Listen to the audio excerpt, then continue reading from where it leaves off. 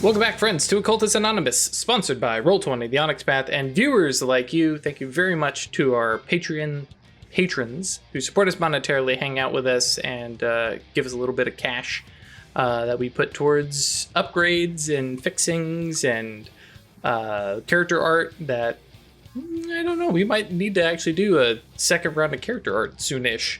It has been a year in-game. It's only been... wow, 20 weeks, half a year of Into the West. But hey, thanks for joining us. And yes, a special shout out to those patrons: Adele, Al, Alexander, Angfalith, Bernie, Blood Angel, Buck, Chris, Daniel, Doc the Undead, Doggo DeLune, Eclipse, Lunar Assassin, Emil, Funzusuro Ali, George, Jack, Jenny, John, Josh, Julian, Cat Feathers, Michael, Milo V3, Biz Grumpy, Moku, Mozart Dean Minor, Noba, Other Michael, Pants Free Council. Yeah, I'm okay that this was a repeat. That was a good one. Perry, Puppeteer, Riafio, Ryan, Sheksara, Cinna, Stupid Flexi Slanders. I didn't even get stumbled on that one. Taryn, Thomas, Toast, Usuf Sama, Vortex, and Zoltan. Thank you all very much for your support. It does mean a lot to us. Also, European friends, sorry that the time may be slightly different because time changes are weird. So I think ours is coming up this Sunday morning. Mm-hmm. So we will be back. We get extra sleep, but. Yep. Just because nobody can get things organized. And tell you what, put mages in charge, we'd get this all fixed up right away. Or there'd be prolonged arguments about it in a temporal pocket. Yeah. Probably much more the latter. Yeah. Hey, I'm glad it works. Yeah, we got some folks who are saying, hey, it's all right. It makes them easier to be here. Well, we're glad you joined us. I guess it's true. Yeah, European folks, maybe. Yeah, it's true. When we last left our Witch Coven of Purgatory Bluff, we were kind of all over the place, and we're probably going to still be all over the place. We had criminal and theft investigations by Sheriff Isabel. We had some, we would say, soulful therapy, or at least the start of it. Some investigations with Baba Sera and Legba, and Gisela set up her dad for a week, hopefully, maybe, treating the symptom of the family's curse, setting him up for a week of hopefully chill, normal luck. Didn't even need extra luck, just regular, normal, Not cursed luck. Not cursed luck. Getting rid of the little weird fey moths, and then said, okay, bye, Mom. Bye, Dad. Me and Rilla going out on a trip. Heading out into, well, nowhere specific other than the frontier. I think that covers pretty much everything. So we actually pick up with, I guess Rilla and Gisela the following day, which, let me jump over here to Conca. I'm trying to remember what day it is. It's the Day of Reckoning. Well, that's absolutely not the right date. Hang on. 1846? I don't think so. We're at least a year later. 1847. Okay. 1847. There we go. Sorry. Technical difficulties. So we'll set... we did say it was a Saturday after all. Set his current day. We are Saturday, not September. Oh, good Lord. Did I mention it's been a week? Saturday, May 23rd, 1847. Bear in mind, we didn't actually talk about it very much because it didn't affect us too much up here in Colorado, but we did have the Mexican, US-Mexican War kind of kick off. And then end, I believe.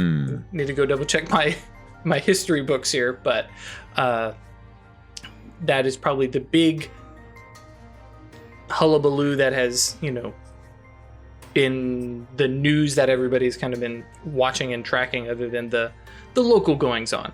Not that this is in any way relevant to today's episode, I promise. It's just, no, I mean, really. But yes. Yeah, I just thought about that because it's the year time jump. Anyways, yep. Okay. So Rilla and Gisela packing up. And you did mention that you were grabbing the horse because, hey, you are going out hunting, so that there is the potential to bring back some actually large game. Are there any other notable supplies that you are taking? The gun. And like just camping supplies we need for a couple of days out. Sure. This is meant to be like a week-long trip. Right. A couple days. Sure. Yeah, with I mean, basically, because you got to be back by Monday-ish, maybe, sort of. People understand, if you're out there and but Rilla does have school, and fortunately, you've kind of offloaded some of that day job stuff to Jules, and of course, your mom is there to take care of the goats. Maybe mention it to Theo, because Theo has a vested interest in the care of those goats. But yeah, cool. I mean, they'll be fine. They just mostly feed themselves. That's true. Yeah. It's just like, there is grass. Go for it, kid. It's a goat joke. Anyways, so yeah, and then I believe you weren't even following the ley lines. The idea was to just get out, or? Yeah, I was going to initially start like walking out along them, like pick a direction and walk along the ley line for a ways, and then at a certain point, turn. Just kind of find what's out there, and okay, cool. Not gonna away from the river, I think. Yeah, you've had half of conversations with the river, and just let's just not. Sure. You might get an invitation. In that case, basically, it's a question of, actually, I guess, talking about the river, do you go down to the other ley line that you know of, the big, like I said, masculine earth one that crosses over near the Hallow and heads south, or following the river just a little ways? I have some vague ideas of what's in different directions, so. I'd say go south from the other one. Gotcha. Yeah, so, the two of you head out, good sturdy boots on. Because this is mostly an exploratory trip. Right. We want to see what's around. Not going to make you roll for it. Both of you are capable of turning that vision on. Not Sacred Geomancy. Is it Sacred Geomancy? Sacred Geometry. Yeah, Geometry. That's the one. Yep. Turning that on a little. Geomancy lets you change it. Right. Turning that on and just to see them, kind of, look at them, and then immediately going, well, not immediately, but once you've started out, just whenever the mood hits you. Actually, that's a good question. Do you use fate magic? I like that. Just to sort of to see. I guess that would just be basically what serendipity is. It's like just whenever you feel it. Yes. Well, now it's time to turn. Serendipity basically helps you along a certain path. I mean, I know there's a spell that. Exceptional luck is the one where you will come across something in the next 24 hours, or if you spend the reach, the next hour to come across a specific thing, which you can define however you wish. Well, you can. Oh no, that's what shifting the odds is, not exceptional luck. Thank you. Yes, that's the one. Yeah.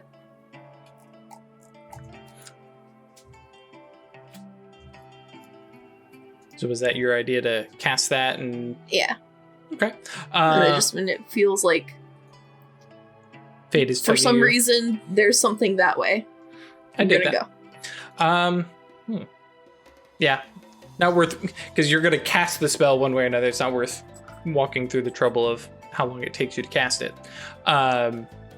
So yeah, with I guess the whims of fate guiding you, and that's exactly what I want to hear, because Weird got away with a lot of bullshit because I didn't play Fate very fairly. And it's like, oh yeah, in an hour this thing happens. It's like, wait, hang on. We could have a whole adventure in that hour. So the two of you, I imagine it's probably a fairly quiet walk for a little while. Just the whole, hey, we're out here looking at ley lines for a bit. And I think there's just this sudden... Actually, no, we're not even going to say that. There's like a ravine. There's a big, large, section of, well, desert, I guess, wherein there's no immediate way across. So you are forced to turn south. And at this point, it's like, well, the ley line went off that way. Well, we're going off this way. And like, there's just a little quick conversation about it. And once the two of you start walking off that way and deviating away from the ley line, Rilla looks over to you and goes, do we know that this is... Do you get a vibe, a feeling that this is the spell working? Is because my, I don't have a chill running down my back, but at the same time, this does seem kind of convenient. You would know, right? Because then the spell would end. Not necessarily, because you haven't found something supernatural, or weird or out of the ordinary. But yeah, I think the shrug is probably the appropriate answer. Feels right. She nods her head, starts looking over the horse. And Rilla is definitely a city girl, so this whole idea of going out has got her nervous and a little concerned, but Gisela, I'm sure, is very, listen, we can handle this, no problem, yeah. But deviating and basically paralleling this rock and ravine stuff that would just be a pain in the ass to try and traverse. You've got this long hill to go down. You've got a horse that you really don't want to take down there. You're risking, injury to the animal. And that pathway, for lack of a better term, leads you through some of the low hills of, southeast, what is now Colorado. And you find yourself looking out towards, I don't want to say a wagon camp, because that gives it a sense of orderliness, so much as a ramshackle collection of open-topped carts, some kind of classic covered wagons, tents, and milling. But yeah, we'll just say men. I don't think there's any women in their group. Definitely look the rough and ready sort that are, well, actually, yeah, at this distance, you wouldn't necessarily know. You can definitely spot them out there.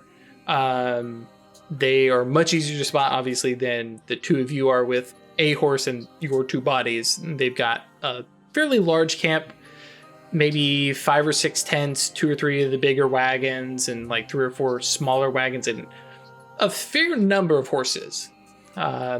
Maybe like a couple large oxen for like pulling some of the heavier stuff. But from here, with no like binoculars or anything like that. Yeah, I'm regretting not having any forces. But Rilla looks over at you and like has she does, right? She's an Abrimos. Yeah. Right. And so she stands there, looks over at you, and like it's this grin that you've started to spot. I think all of you have started to spot that moment where Rilla is like, hey, this, I got this. Hang on. I got it. Yeah.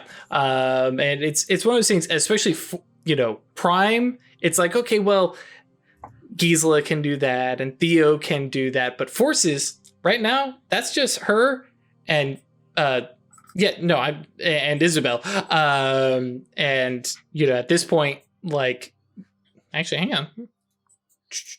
I should actually go pull up Rilla's character sheet here. Yeah, she's got the see what her rating is. zoom in and the one that will let you hear from far away, too. Mm-hmm. Yep. So she can just look at them and listen to them and see what's up with these people. Yeah. For your guys' information, and it should be visible to everybody. Yeah, I do have it unlocked on Conca. Hey guys, we do update Conca. She has Prime 2, Forces 2, 1 Fate, 1 Mind, and 1 Death. So she's kind of broadened out. Notably, she kind of generalist. Well, and notably, she picked up some of the stuff that everybody is really into. And last when you were working with her, she was trying to figure out spirit stuff as kind of the next thing that she was interested in. The whole idea of her being matter and sciencey stuff just went out my head when I started writing up her notes. Apparently, no, she's way more into the supernatural side of things. Anyways, yes. So she takes a minute, kind of concentrates, gets her head around right, and she pulls out her various path tools, which are actually a lot of the stuff that she had with Mortimer, and a couple things at this point given to her because all the Silver Ladder folks have left except for Eggrock. But various very sciencey, very gold-plated, or a lot of them probably copper or bronze. Actually, wait, bronze I think is somebody else. Anyways, very Obrimos scientific equipment as her path tools. Words today, folks. I apologize. And then reaches over. I imagine you guys are, on either side of the horse, and reaches over and just lays her hand on yours, and all of a sudden, your vision just jumps out. Okay. She looks over and you wanted to see them, right? I figured you would just tell me what you saw. But okay. It's easy for, this we can both do this. Yeah. And yeah, because with with Forces 1, she's got you out to wait, is it Forces 1 or Forces 2? Mile per potency. Forces 2. Thank you. It's alphabetical. It's at the end of the list. Anyways, yes. So yes, out to 2 miles, because that particular spell is written weird. That's a typo that didn't get corrected. So it's per potency. For now, we'll just roll off that. But yeah, potency would be way better. But yeah, I mean, at 2 miles, you can very clearly see this camp, and she immediately starts laughing. It's definitely more of a nervous laugh. The folks that you're looking at, these guys are very rough and tumble kind of folks. They're definitely not military, but a lot of them look ex-military. Potential deserters, or potential even that they are some kind of Wild West paramilitary, mercenary, who knows what. But there's a roughness to their clothing and stuff like that. They clearly don't get into towns very often, but most every one of them has some kind of pistol or carrying a rifle. A lot of the clothes that most are wearing look uniform-esque in the fact that you got coats that are probably unbuttoned and open for the warmer air, more riding boots than necessarily shoes, which makes sense if they're out this way. And notably, in one of the carts, you can actually see an actual, for lack of a better term, what would it be? A box of religious ornamentation, various thing like one might loot from a Catholic church. So there's a gold crucifix in there, potentially a more gilded-esque cup.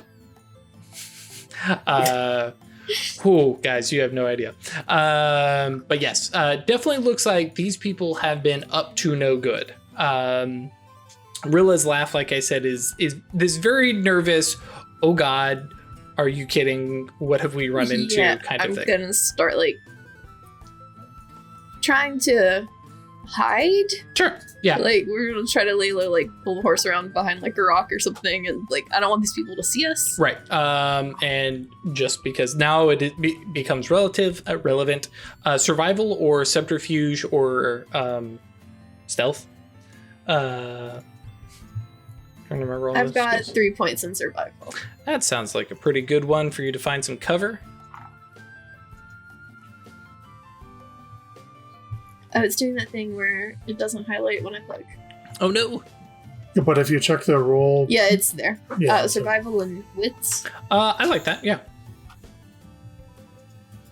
Dexterity would also be applicable. My wits is better. Oh goodness. Okay, cool. 7 dice, 7 successes. 7 dice, 7 successes. I was like, there's no way. Nope, that's, yep, okay. It's called what we call parody, everyone. So, not necessarily pulling on the shadow name, but Arachne being sneaky spider, I'm a hide places. Very quickly kind of leads the horse and Rilla around into some brush and stuff like that. Again, this is fairly flat, open stuff, but you've got some of these hills, and these guys were literally just moments ago hidden from view because you're coming around this hill. So it's like, okay, I'm gonna come back around this hill, and instead of coming around it, we're gonna go up over it a little bit. So just kind of peeking over, and Rilla is not okay with this, peeking over again. It's like, no, can't we should just leave. Can we hear them? She hadn't done that yet, but she could do that. Is that your suggestion? Yeah. You can let us see further. Can you let us hear further? Yeah. Potentially, but why? Is there anything we would actually want to hear from them? I'm curious as to who they are. They look like bandits or thieves or something. She's definitely not stalling while I read over control sound. I could have sworn there was something here for directing sound across a distance. I think it's control sound.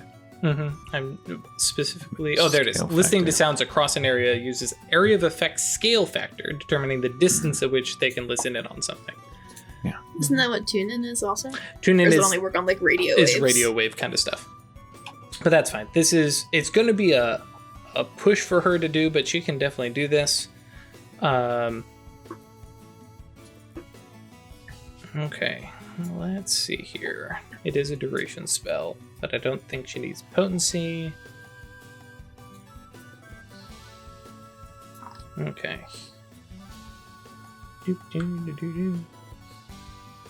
Whoops, not that. I need to actually build a spell template. Alright, everybody vamp. So when we were doing the graveyard stuff, Legba and Theo found out about the murder in the mine. Is that something that Legba would be interested in pursuing, or let sleeping dogs lie? No, absolutely. Or I shouldn't say no. Absolutely. Those are contradictory responses. Legba's absolutely interested. And okay. I thought I had expressed that in or out of character before. So appreciate you for confirming. Yeah, definitely. Happy to help. Perry saying, they're vampires. Oh no. My thought was, are they vampire hunters? It's true. Yeah, who knows? Maybe it's not stolen stuff. Yeah, maybe they have those crucifixes legitimately for reasons. Come on. Sounds right. Duration. They call themselves the Priest Posse. Legitimate crucifix is my favorite Nine Inch Nails out there. I'm gonna say something about a band, yeah.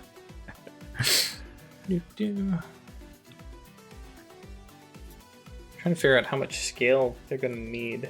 Because campus is way too much. City block? Yeah, she might actually, because campus... Well, I mean, fortunately, because she has zoom in on, right? Her sensory range is extended. Yes. So. Yeah, I got so fixated on scale. That's just the area. Yeah. I mean, also, we don't need to listen to all of them all at once. Right. Yeah, so actually it doesn't need... But probably with advanced scale, it would be enough, considering that zoom in gives you greater sensory range. So then you cast it at sensory range. Okay.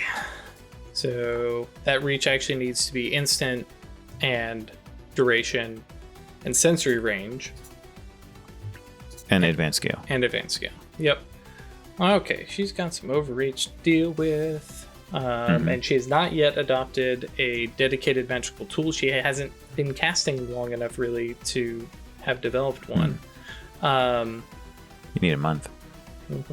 Well, actually, it's true. If she's been awakened for a year, she's definitely... Yeah, she's had time to. It'd be a surprise if she doesn't, because it's kind of intuitive, right? Because you're using the same thing over and over. Especially if the Silver Ladder explains exactly what a dedicated magical tool is. The importance of... They wanted us to avoid mistakes, so... Should figure out what mine is. It's true. Please do. So overreaching by 3. Paradox is... Why do I do this to me? All right. Oh, man. All right, Rilla, how's your wisdom? Well, she had the dedicated magical tool. She did have the dedicated magical tool. Thank you. Yep. So it would have been 1 die. Right. So, in that case, no paradox. It's hard doing both sides of this.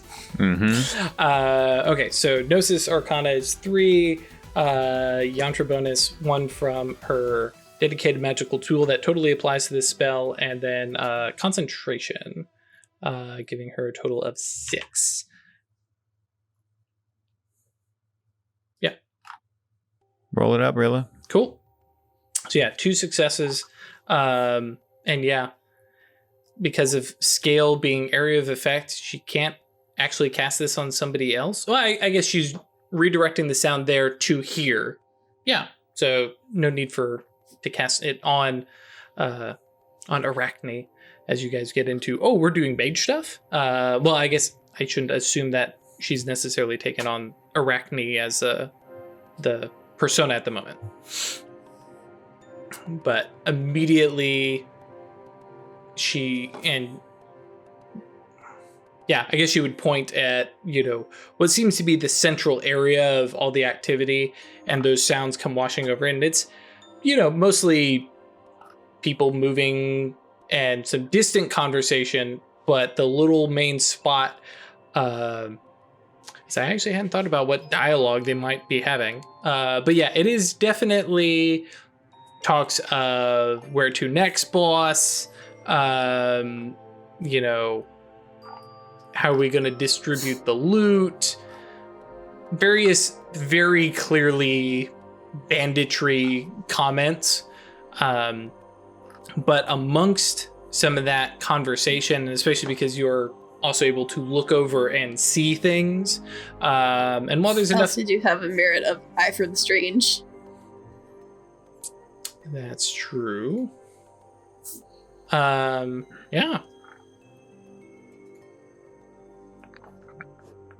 trying to remember, what do you have to roll for that? It's like what's it called? Type of a perception roll. Yeah, that lets you look at anything supernatural. And tell whether or not it's actually supernatural. Yeah. Please double check that real quick. Because I know it's part of a investigation, which you are definitely doing. It's intelligence composure. Thank you. Yeah, intelligence plus composure to identify evidence of supernatural involvement. Okay, yeah. So go ahead and roll that as you basically are investigating and gathering in some information and trying to see what they may be up to.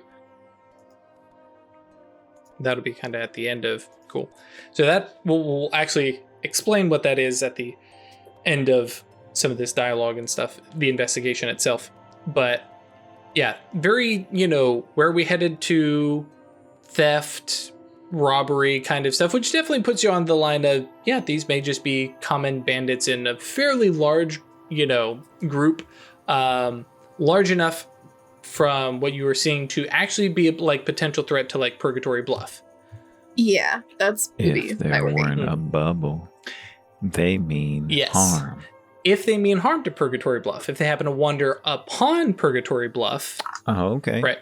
Yeah. If they don't come here with the intention of robbing, if they just stumble on us, then that's right. Yep. That's true. Then they can rob once they're here. Yep. Ralph and I talked about the loophole, and I was very pleased. Didn't completely shut me out as a DM. But yeah, no, they working together, right? Right.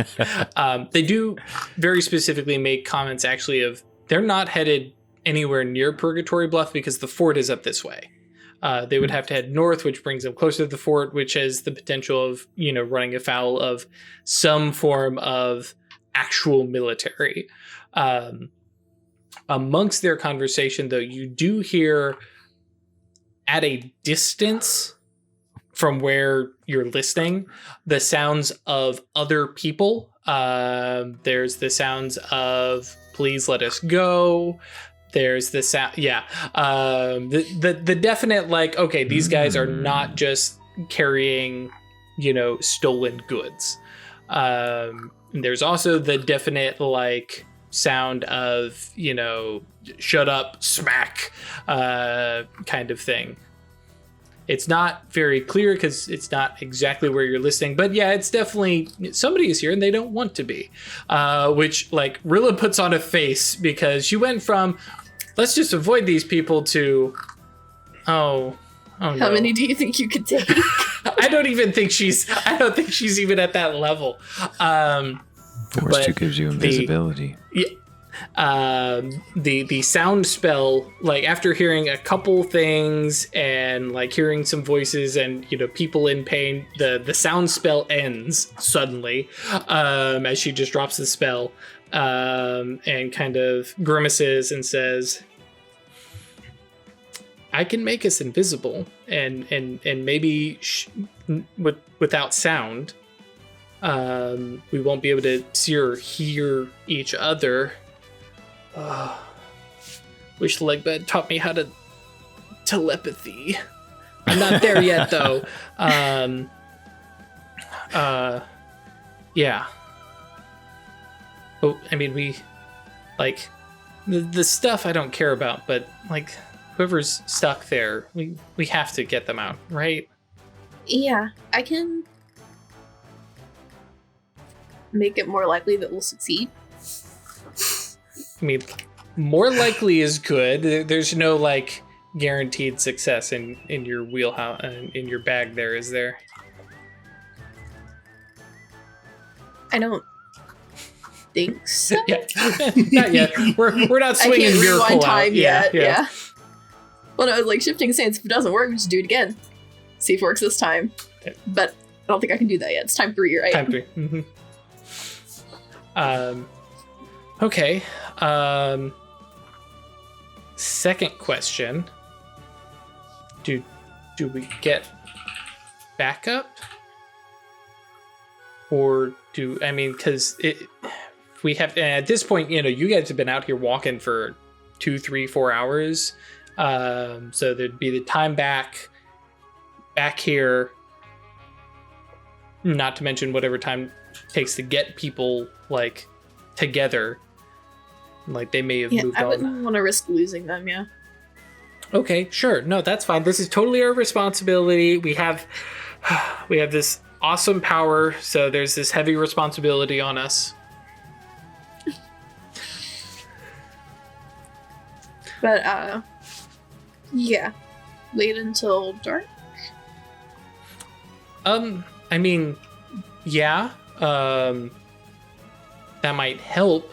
But like you said, we can be totally invisible. So, no shadows or anything. We can just leave the horse here and we can sneak into camp full of armed men. Yeah, my worry is getting people out in the middle of the day. I mean, unless we get there, then you can also make them invisible. Could you do? Depend. I mean, I can't. Stretching it, right? I mean, I can. I mean, I definitely can, depending on how many there are. But the fact that they're sleepers will complicate things. But and that's the other thing that Rilla is dancing around. She's trying to figure out how do we do this? I mean, maybe nighttime, but not because it's dark, but because maybe everybody will be asleep and they just wake up outside the camp. I don't know how I'm gonna. Can you move a bunch of people? I mean, I think I might be able to. Can maybe make them weigh like nothing. Maybe. I mean, sure. I can't Time for eating. Teleport people. Time to eat them. What can you do? I can bless our endeavors, so we are more likely to succeed. This is fair. The longer we spend planning, I can't use Fool's Russian. Which I feel like if one mentions casting Fool's Russian, you've officially you can't do it. No. Okay, well. I feel like if we go for it now, that would be great. If we do wait until nightfall, that's a longer planning period. Okay. And it wouldn't apply. So how about we make no plans and we just lay down and take a nap and rest, and then we'll just figure something out when sun sets. Kick that can. Sure.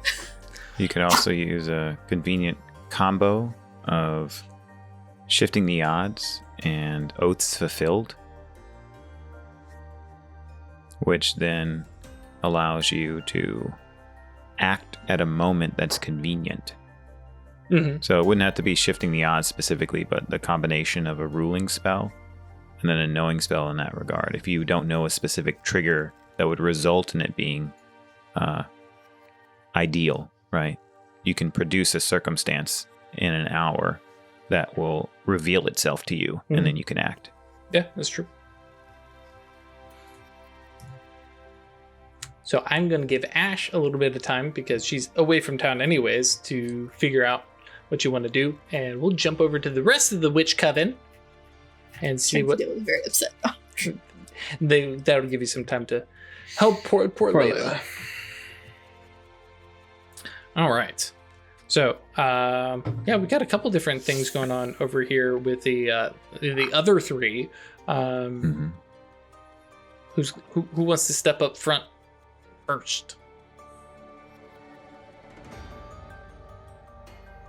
I don't know what I'm doing, so. Okay, sure.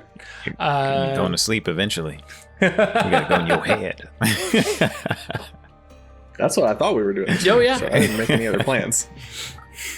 I mean, that Like very we gotta well may be. go on an astral walk, and then he's ready to jump right in the old noggin. I mean, we can definitely start right there. Okay. Let us then. So where we left Legba and Theo. They had come out of Theo's Oneros. And Theo had said to Legba that he's going to think, or she's going to think about her perspective on Enright and how that might influence her daemon, and therefore her interaction with her daemon. That's the sticking point. Hey, I don't want to hurt this person, but you're constantly telling me that I should hurt this person. So maybe if I can give them information that leads them to the perspective that hurting them isn't the best choice, then I won't have to deal with them yelling at me all the time, and I can have a better relationship with my daemon. So Legba had said to Theo while in Theo's Oneros that Isabel needs some help. And before he leaves, then to place a little pin on that, Legba will say to Theo, I need to prepare myself for what I believe is a new responsibility. And over the course of the past year, I've been trying to understand how the structure and shape of my soul might facilitate this mantle that Legba has gifted me with. And I think I know what that is. I can't tell you exactly what the outcome will be, but I think I know where to take the first step. Do you need some help with it? This will be a personal journey, and I don't know what happens, but if you wish to come along, I would be grateful for you. Sure.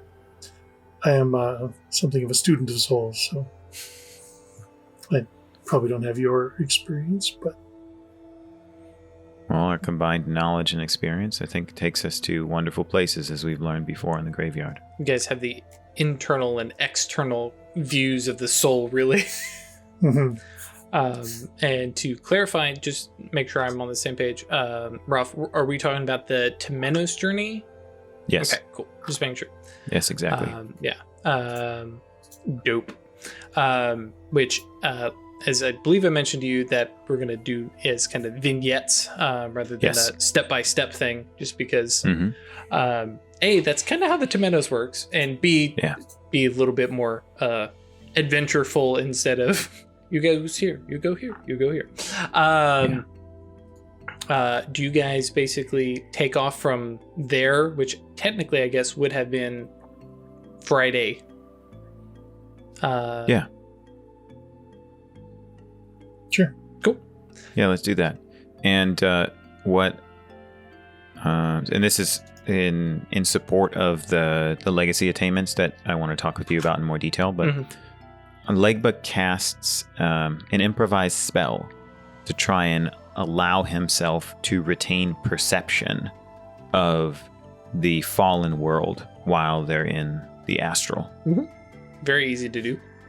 Cool. So he does that. Actually, I don't even know if it's... what did you say, ruling? No, I didn't say ruling. Okay. I think it'd be a compelling spell. I just said it'd be an improvised spell. Oh, improvised spell, yeah. Yeah, the practice of compelling. It's basically a version of one mind, two thoughts.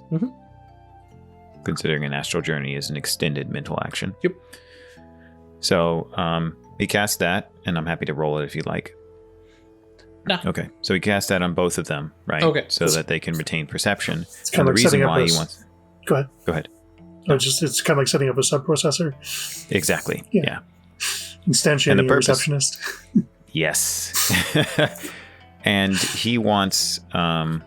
he's then going to ask Theo if... Well, I'll do this in character. So, he casts a spell, one mind, two thoughts, and he says, we now have the ability to retain our perceptions in the fallen world while we are going on this astral journey.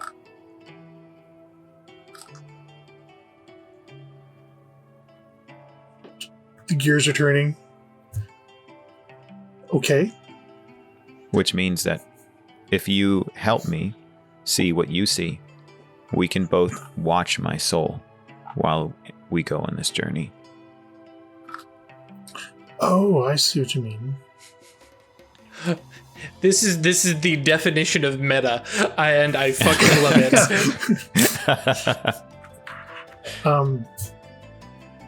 And then she pauses for a moment, like, no, actually, I don't, but that's okay. I'm sure it'll become clear as we go along. Something will happen. That I know. Oh, I have no doubt of that.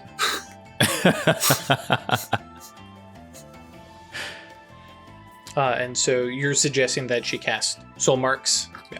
I'm suggesting that she casts two things out of character. Because Legba doesn't know that. Well, I mean, if the diamond shared it with us. But shared sight to provide death sight. Because Theo, if I understand correctly, has Prime 1 now, right? Mm-hmm. Great. And soul marks. Is shared sight really just one dot? Mm-hmm. It's one dot. If you have Prime 1, then if you have other Arcana, you can give the sight of those other Arcana. Can allow them to see it with their path understanding. Yes, that's right. Yeah. That's right. Okay. Right.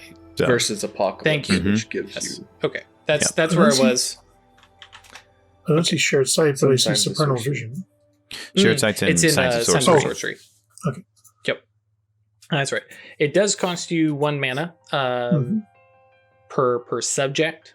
So, but since it's only Cloak who needs to borrow your death sight. It's just 1 mana. And then I'm also going to cast telepathy so that I can share images of what I perceive through mind and death. Okay. And we can discuss these images. So I don't expect this to be a constant flow that we're both paying attention to, but because we have a lot of time during the astral journeys and crossing the thresholds, and that in phenomenological time, right, things are proceeding relatively quickly. But Theo and Legba have to sit there kind of patiently and thinking through things. So it might be a lengthy process of sharing and discussing these images, but we can have a conversation about what's happening by presenting each other with our respective understandings. Cool. That's just a resolve thing. The only thing that... Sorry, I'm hearing a weird squeaking sound. I think it's just my own jaw.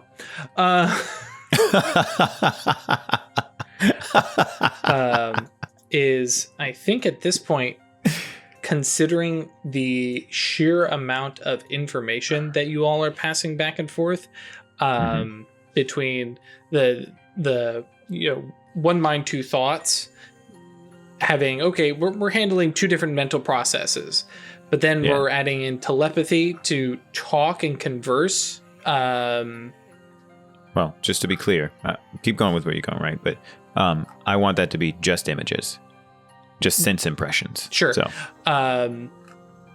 it's still additional information. So yeah, I'm with you there. I just wanted to clarify. So now you're effectively perceiving the astral, you're perceiving the real world, you're perceiving these telepathic images on top of Mage Sight. I am going, Mage Sight alone is a -2. Yep. We're definitely talking we're probably rolling -4 for this, the amount of stuff you guys are juggling. It is absolutely possible. It's magic after all, but there is going to be some deficit that you guys are dealing with, just to make sure we're clear on that. Oh yeah, totally. Okay. I think you'll like the caveats I put in the legacy version of this too. So based on what you just said. Let us go ahead and roll that up, because I think... Cool. Actually, will it matter too much? I'm trying to think if failure is going to matter, and... Well, the reach isn't really going to be a problem. Because I don't think... Well, yeah. Because we've got the domain to help with the death. Yeah, screw it. Also, right, cool. we don't have that kind of time. There's 4 different spells. But yeah, establishing this shared vision, which, like I said, is definitely going to be... It's a lot of stuff going on in your heads. As we have layer 1 of vision, layer 2 of vision, layer 3 of vision, all stacked up in your head. The one thing I am curious about is the imagos that you guys have for how are you now perceiving this stuff?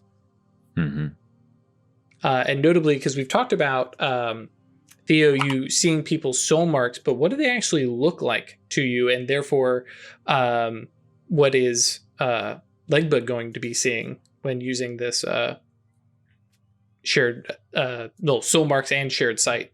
Well, I guess shared sight wouldn't matter because that's by your path. And I think that how she would visualize it will have changed a little since she's acquired Prime.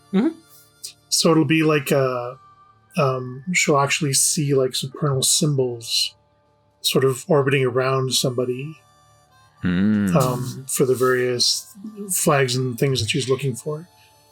Gotcha. And whatever she's focusing on, that would be the symbol that would end up being highlighted if it's present, or otherwise it'll just be kind of this fog mass, sort of. Yeah. The matrix flow of supernal symbols. Yeah. Cool. And yeah, because you guys have all the time in the world. And yeah, so you actually basically step back onto the path into the Oneros, but instead of heading to the Oneros, you guys continue your walk into the Temenos, with what initial destination in mind? Purgatory Bluff. It's a pretty good one, and it's one that you're familiar with. Now, here's my question. Craig, does Theo stay the course to Purgatory Bluff? Or potentially get distracted, sidelined? Or is she like, no, head to Purgatory Bluff?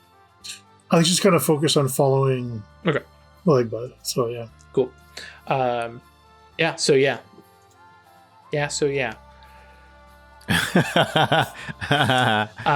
you guys arrive in Purgatory Bluff, this, I wouldn't say characterized caricature, but it is definitely, a little on the fuzzy side. A lot of the really minute details that people don't think about aren't there. For instance, like just looking at the ground, it is all this kind of smooth, almost glassy texture. It's like, it's dirt. Nobody cares about that. People don't talk about the fact that the road is dirt. There is, however, like this big puddle that's just off center from the tavern that, like, just for whatever reason, the water and mud always ends up there, and there's that stupid puddle, and everybody talks about it because it's the one that irritates people, and you got to be careful when you're stepping off the sidewalk or the porch. And different other little things like that. The various characters of the town, wander about, living their lives fairly ordinarily. As we mentioned, Warner Enright is the only real person here who has a like self-aware goetic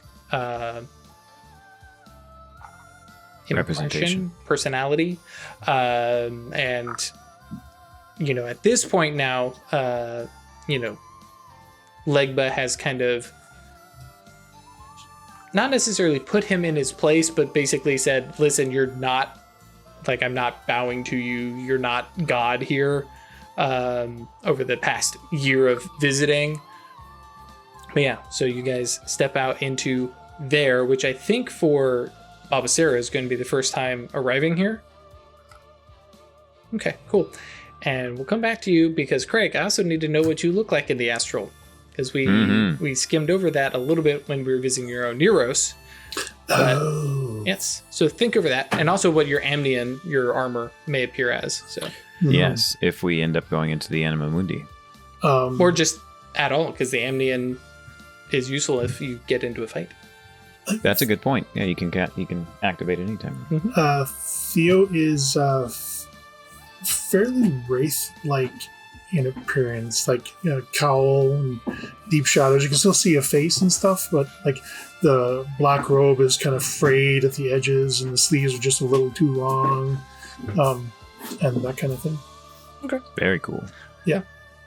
All right. I'm going to jump over to Chris momentarily. Yes. Yeah. Mostly because I'm kind of curious, because we've talked about it off. Actually, did we talk about it on screen? About your lack of obsession? I can't remember. But yes, currently, Isabel... We talked about it on screen. Yeah, Isabel... Yeah, now it's on screen. Isabel currently has no obsession. And I'm kind of curious if that has affected her behavior at all in your head. Or specifically, petrichor. I think the lack of a new obsession combined with like tapped out resources as far as like new things to learn for the things that she's interested in, at least, has made her frustrated. Sort of on the magical well-being front,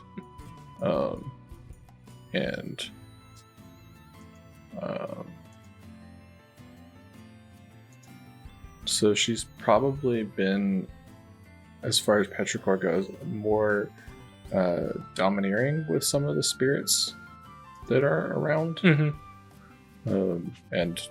this has probably harmed her I don't know. Reputation? I'll leave it to you, whether it's harm or whether it's just like, oh no, actually, she's very strong. She's don't mess acted with like her. a spirit. Right. Yeah, that's great. Gotcha. Cool. So for Isabel, it's probably fairly... I'm trying to get a gauge of, notably because we're picking up with Jules and Isabel, and I'm kind of curious how, well, yeah, actually, you can just tell me how she's been behaving around him, because they have that very weird relationship that we're going to touch on a little bit.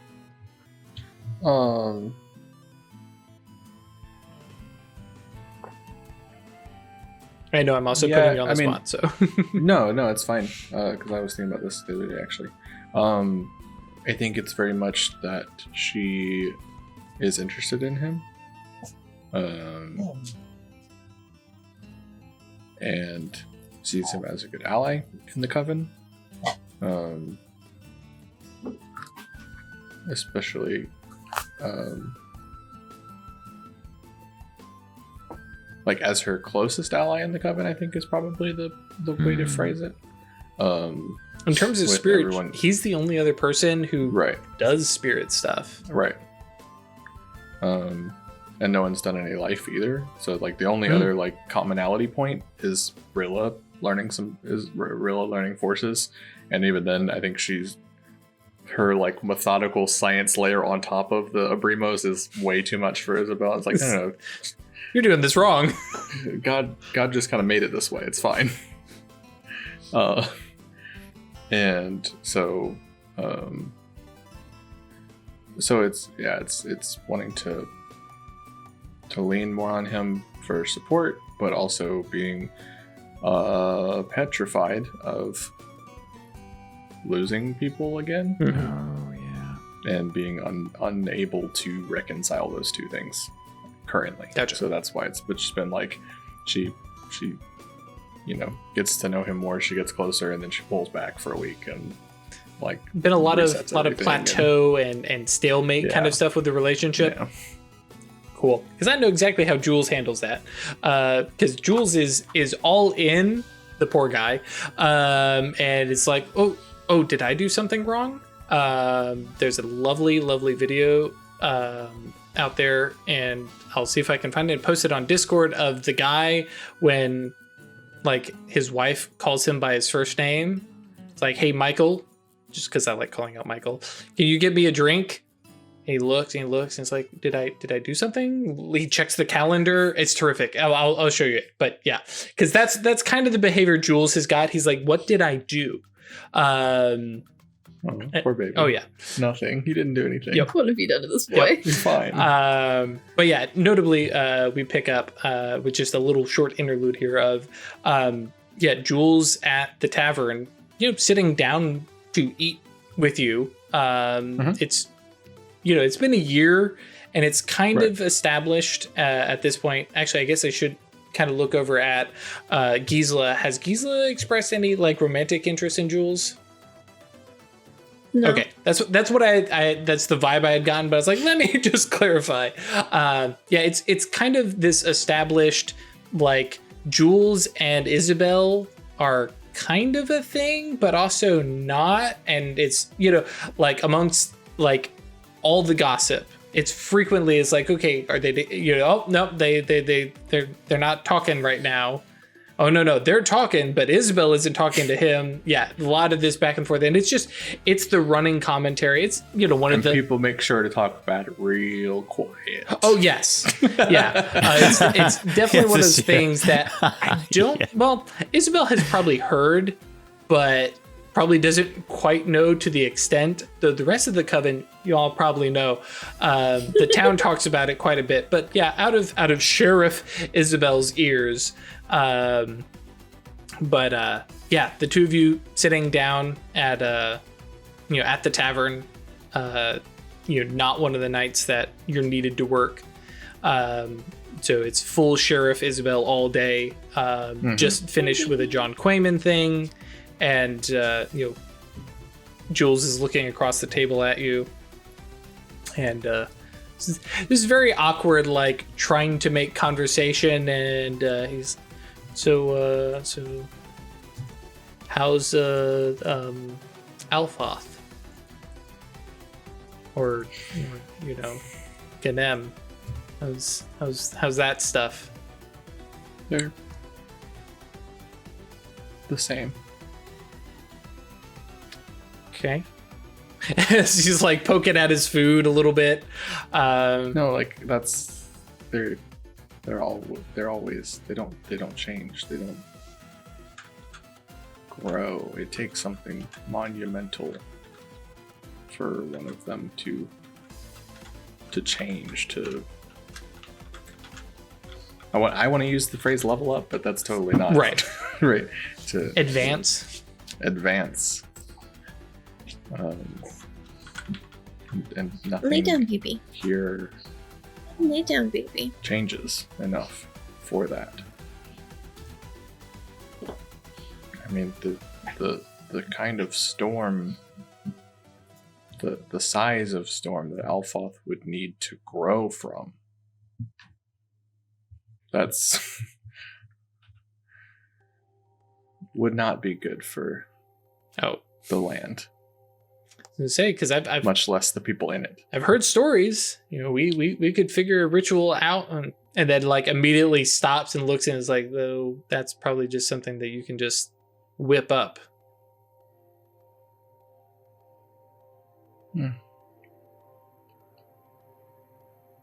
There are limits to how big an area I can affect.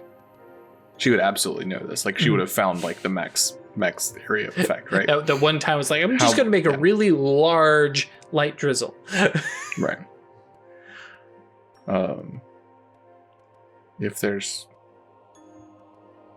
another way to do it, or a more natural ritual,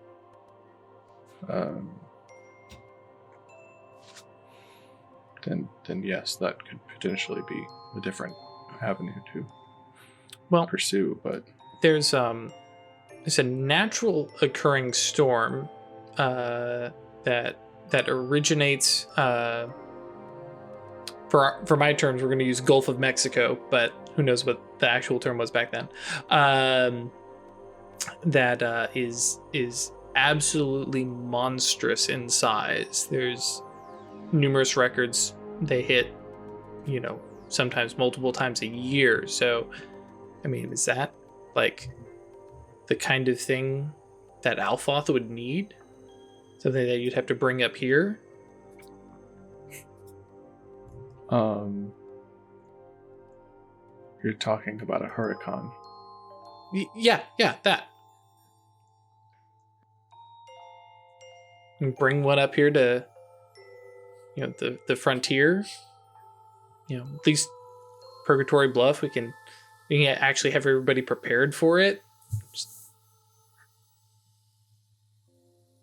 She like in her mind is just like sort of gazing out on the land around it and the like absolute zero shelter from hurricane winds that would happen. Just how all of the houses would be torn down. Unless they use it's interesting that he's assuming that Alphoth has a need to progress. Well, their spirits, they want it. Like, they're very predatory. Getting bigger and fatter and happier is always the only goal.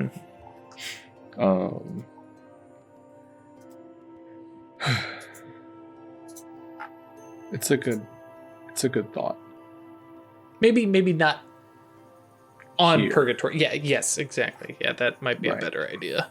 It's like, Jules, 100%. Great idea, guy. Not necessarily does all the follow through and the thinking.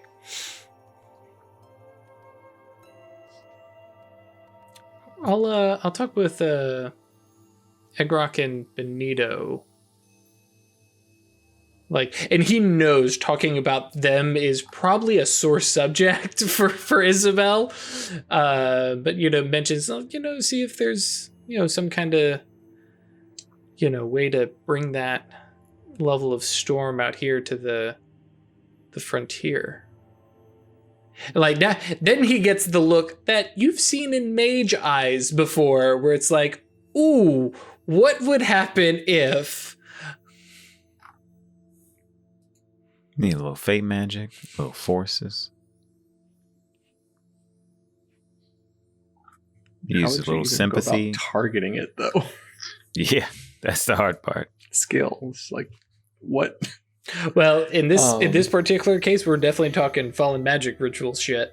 Yeah, fair. Mm-hmm. Someone ended up with a ritual.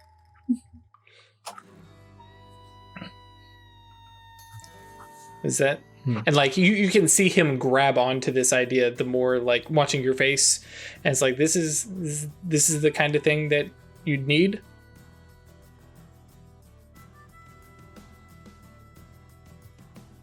Yeah, I think so. So he grins. You actually starts dealing with something.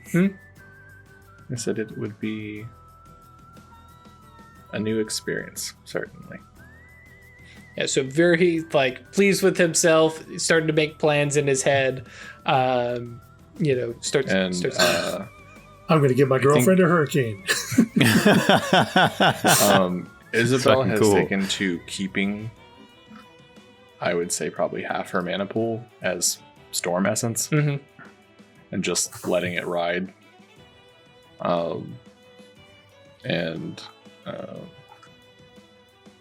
Yeah, I think that just the thought of a storm that big and what she could do with it. The slight subtle difference in essence. And I think, for a brief second there, her hair starts to like lift up a little bit, and like cool. a single little like bolt of lightning cracks across her finger. And it's like, okay. Yeah. Cool. Yeah. Jules now has a side quest. Hell yeah. Ash, jumping over to your Fool's Rush in there. Are you spending any mana or using your dedicated magical tool on that? Yes. Okay. For my dedicated magical tool, I want to have a silver needle. Very easy to get hold of. Yeah. Now. I feel like it would serve as a rod. Yeah. Like control. Yeah. Small, but yeah. Cool. So that reduces our paradox down to chance die.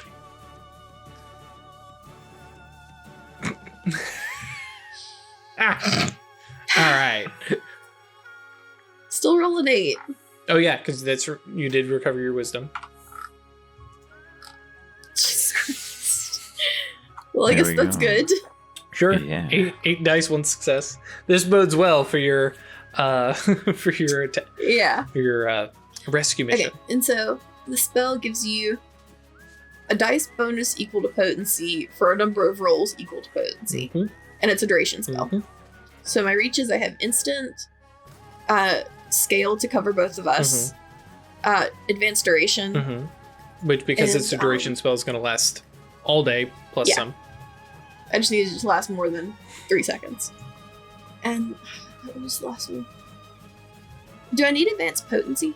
Only if you're worried about it being dispelled or clashed. Okay. So I didn't need a 4th reach Okay.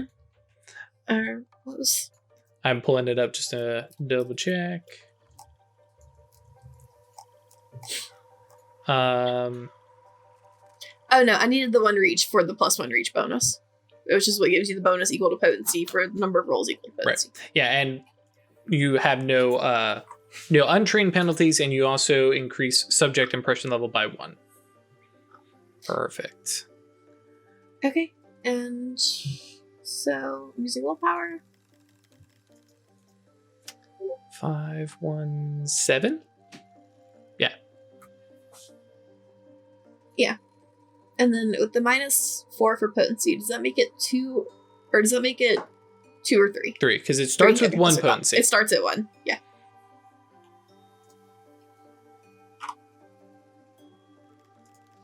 Two successes, all you need. Success, good enough. And I imagine, like I said, you guys, it was a little nap, just kind of chilling. Sun goes down enough that, like, well, actually, if you're waiting for everybody to be asleep, it was probably like, we're going to wait until it's like dark as opposed to sundown. And I feel like they'll probably still have like people on watch, but that's why we're going to be invisible.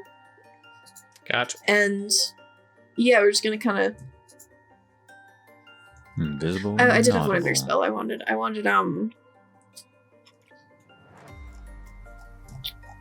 where is it? Lets you find someone. Shifting the odds that can do that. Yes. And I was going to specifically look for captives. Oh, okay. Yeah. Or would that negate the Fool's Rush in bonus? No. Okay. Because, I mean, you can cast Fool's Rush in and then say, and take me there. Now, that said, because of the reach on that, it'll be within an hour. The camp isn't that big to like actually search through. Okay. Yeah, I was just worried about like getting caught while sifting through and not like going straight to the right people. But if I can't make it happen, well, it says you could just cast red light, green light. Casting the spell looking for a kind of person in a crowd or an item anywhere it could appear is usually enough to immediately succeed. Yeah, sorry. Specifically, the one reach is what I'm saying you don't need because it's not going to take you an hour to search the place. Yeah.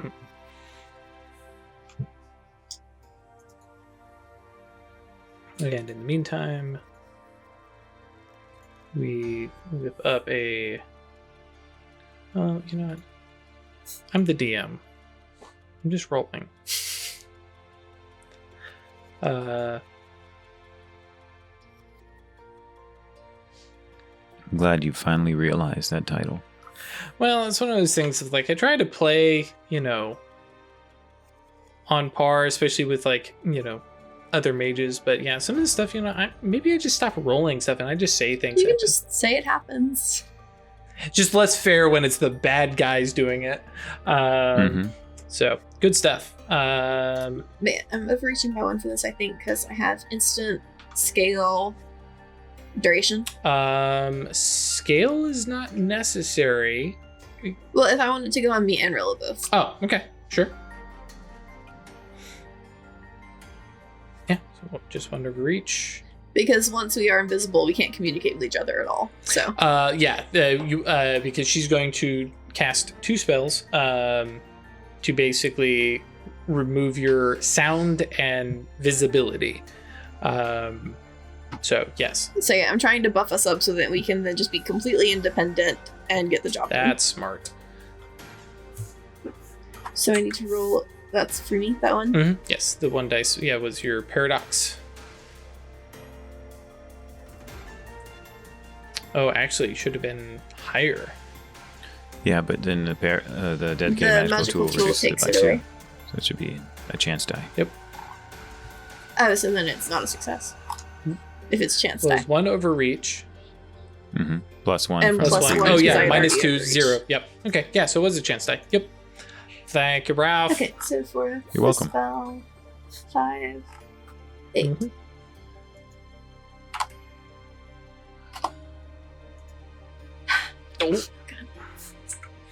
Now this is where we will get into Fool's Rush in. Yeah, taking the time to prep again and cast it again. Nah. Okay, well, we're just gonna trust we can recognize captives. Right, and now fortunately, captives versus the people walking around with guns. But yes, now the one thing is, as she's already made you invisible. And is waiting for you to finish that last spell. And she says, okay. And then, here goes, touches you, and all the sound from her motion, and it's all the little stuff that you don't even realize you hear, just drops away. But then she keeps her hand on you, it slides down to a little handhold, and she walks forward a little bit and then kind of nudges you forward to take the lead because you're the one you're the frontier girl. And so she's hanging on behind and just okay, because we could do, some hand tug stuff. Because if any, there, you can communicate a lot with hand tugs. And anybody who's actually walked with somebody is hey, no, we're going this way, or walking through a mall. Are we going to pass these folks to the left or the right? Because they're walking really slow. So much you can communicate. Anyways. Okay, so yeah, we're just gonna head on in. I am going to ask you to roll, and you're going to have a bunch of buffs on this anyways, but a stealth check. Because while sound and light is diminished, you're still moving across dirt that may make some sound. Well, it won't make some sound, but leaving footprints, knocking into things, brushing against brush, stuff like that. Dust from walking and stuff. Yep. That would be subterfuge then? Subterfuge is very much the social side, so we're definitely leaning... survival would work, or stealth, and we are leaning on dexterity at this point. This is literally how you are physically moving. I'm going to go for survival then, because... Right, and like I said, either in this... Trying to move without making... It's the same kind of stuff you would do for hunt. Prey. Yep. Fox walking. And then you will have bonuses from... your Fool's Rush in. Potentially could. Sorry, yes. Yeah, if this is like the roll to get us into the camp without getting noticed, I definitely want to use one. Yeah. So it's +3? If you, Cool. 3 successes. So with the two of you, hand in hand, and there's a little guidance and tug, and some of the somebody is coming, because as you do get over there, which is it's a little bit of that walk initial, which you're not really concerned about. It's just don't trip and fall into a hole initially, but once you're closer, you've got a little bit of firelight from a couple different fires. There's a couple lamps that are set up. These guys do have... It's not a great, militarized patrol, but you definitely have several folks who are clearly on patrol, and the fact that they're wandering, they're walking, several are smoking. There's definitely one guy who is on patrol, but is absolutely drinking. But they're definitely moving in and around the camp. You hear snores coming from various tents. And getting in amongst the middle of it, you can see there's other stuff that is clearly also probably stolen stuff. You can see there's a small crate of, dynamite, or some other similar compound. Don't yell at me, history nerds.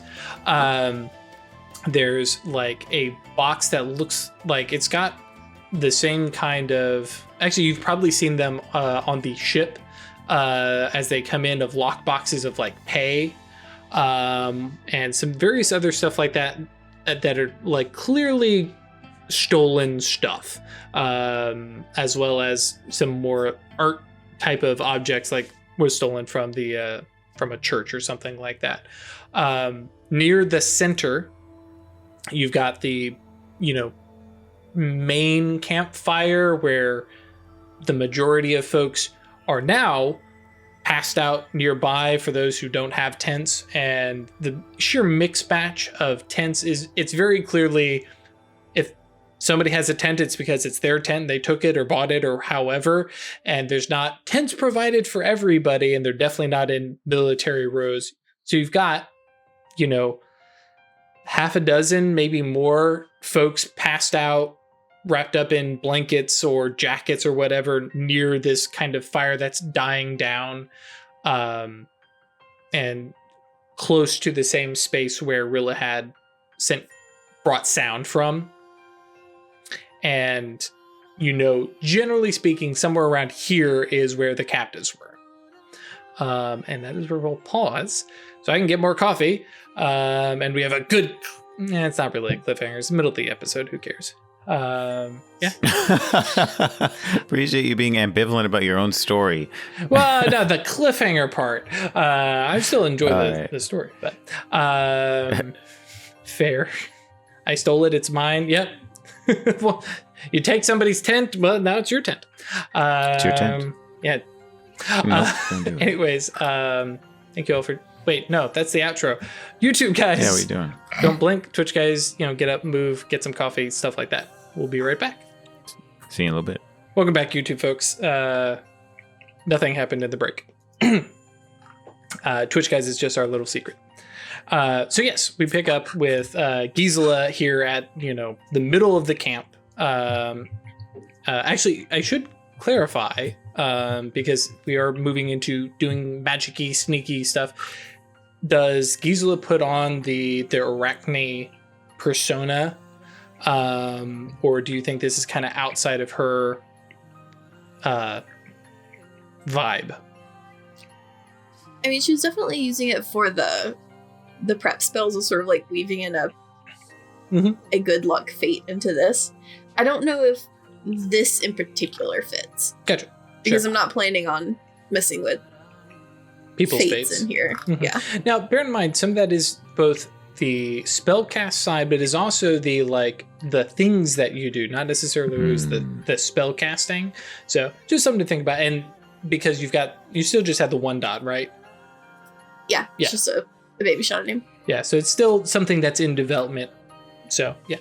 But yes, we pick up there standing next to sleeping men, blankets, all of them you can see clearly have, while not necessarily a pillow, but, a bundle of clothes or whatever. And all of them are armed or are nearby to arms. These guys are definitely clearly, if not necessarily paranoid, but they are, ready to expect trouble. Rilla's hand has gotten as increasingly tighter grip as you have moved into this space. As for finding the captives, let's go ahead and get a Wits plus Composure roll, please. And I'm basing the ideas that you went straight towards where the sound was, and then you're working from there because they were near here. Right. So go to the middle and start like sort of spiraling out. Perfect.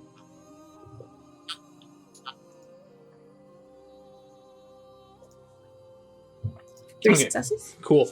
I was basing that on a count of 5, so it takes you about 2 or 3 minutes. Well, we'll say 2 minutes of moving. Okay, well, they're not clearly right here, and starting to move around, checking some of the smaller tents, which very quickly you realize almost all these small tents are like one person.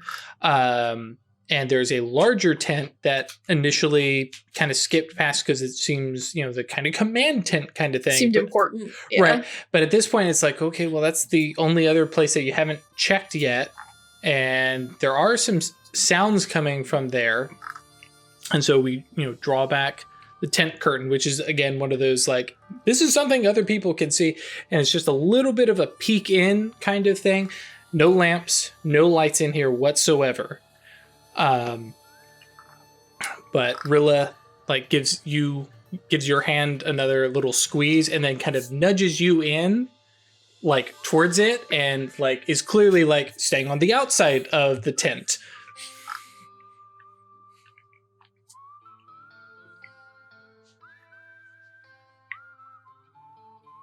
I'm trying to think of the best way to do this because I can't see anything.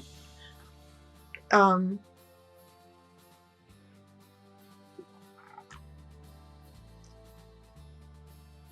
I was thinking of if we could go along the outside and untie it. Sure. So yeah, you kind of shove back. It's no, hell no. And so try and unfasten the bottom kind of. Yeah, to sort of give them a way out. Gotcha. If they are in there, okay, cool. Yeah. Yeah. So especially two of you invisible and soundless, it's there are these big toggles tied to stakes in the ground, and undo this one here, undo this one here. You both stop for a moment as somebody kind of walks by, deal with that breath and smell of just fortunately you can make all the gagging gross sounds you like because nothing comes out. Yeah. Undo 2 or 3, and basically the side of the tent kind of flows and shifts a little bit with just the night air, and so those are clearly open, and from your perspective you can tell that some of the light from the campfire and some of the lanterns is coming up under there, and you are starting to hear some more sound and voices, but without looking in, not sure what's in there. Oh, I can't shush them because they can't hear me. Nope. Mm-hmm. Yeah, I was trying to get them out of here as subtly as possible, which is basically like free them. Mm-hmm. And it's just like, oh, look, a weird random miracle. You definitely didn't see anyone here. Mm-hmm. Make a run for it. But they can't hear me. Mm-mm. Now, they can't hear you and the sounds you immediately make, but there may be little loopholes around that. A silent figure Just on hold the lips. flap open for them. There's that. Yeah, I was gonna like sort of wave the tent flap, like make it clearly Mm-hmm. open to try to draw their attention and like. I mean, this might be like tied up. Right now, yeah, you have no idea. Yeah. Can I try to look in now that there's a bit more light coming in? Yeah. Question: are you going back around to that front, or is this going to lay down and kind of look under? I'm gonna like lay down and look under this side I've opened. So yeah, which gets awkward, and like at this point, you have to let go of Rilla's hand, which shifts to like she's kneeling down, got her hand Holding on onto your his skirt. shoulder. Yeah. And this careful coordination of we can't lose each other. But yeah, you lift the tent up, and you can see there is a legitimate cage. The kind of thing that one might see at, 1846 circus, with animals within, or, something like that. Big, heavy cage, and inside are 6 battered and beaten villagers, stereotypical NPC villager type folks, clothes are beaten up and rumpled. Nobody looks cut up or heavily, mutilation kind of stuff, but some have some good bruises. There's a bloody lip here, black eye there. Minimal stuff that you can actually tell in the light, but yeah, there is definitely some light coming in, and there is one person that you catch eyes with. They obviously aren't seeing you, but they're looking at the motion under there and has started to look around, and then is quietly the very classic hand over the mouth, waking the person next to them, and they start to look up. And looking from your perspective, you can see that the cage is 5-sided. It's clearly just sitting on the dirt. But it is a big, heavy cage. And then a, locked door. As the one guy that you are looking at has woken a friend, you can see there's no manacles or cuffs or anything like that. They're just stuck in this small kind of cramped-ish cage, and have no immediate way to get out of it. What does the lock look like? I think you're talking about ye classic big iron padlock.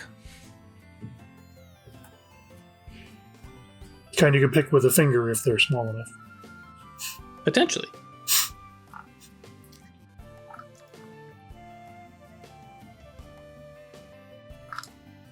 Yeah, I don't have any skills for picking locks, really. You don't have any. You don't have a penalty though. That's true. I could try to pick it. Yep. It would just be just a dex roll, I guess. It would be dex, and then potentially +3. +3 if you put willpower into it. Mm-hmm. Fools rush in, kids. Don't leave home without it.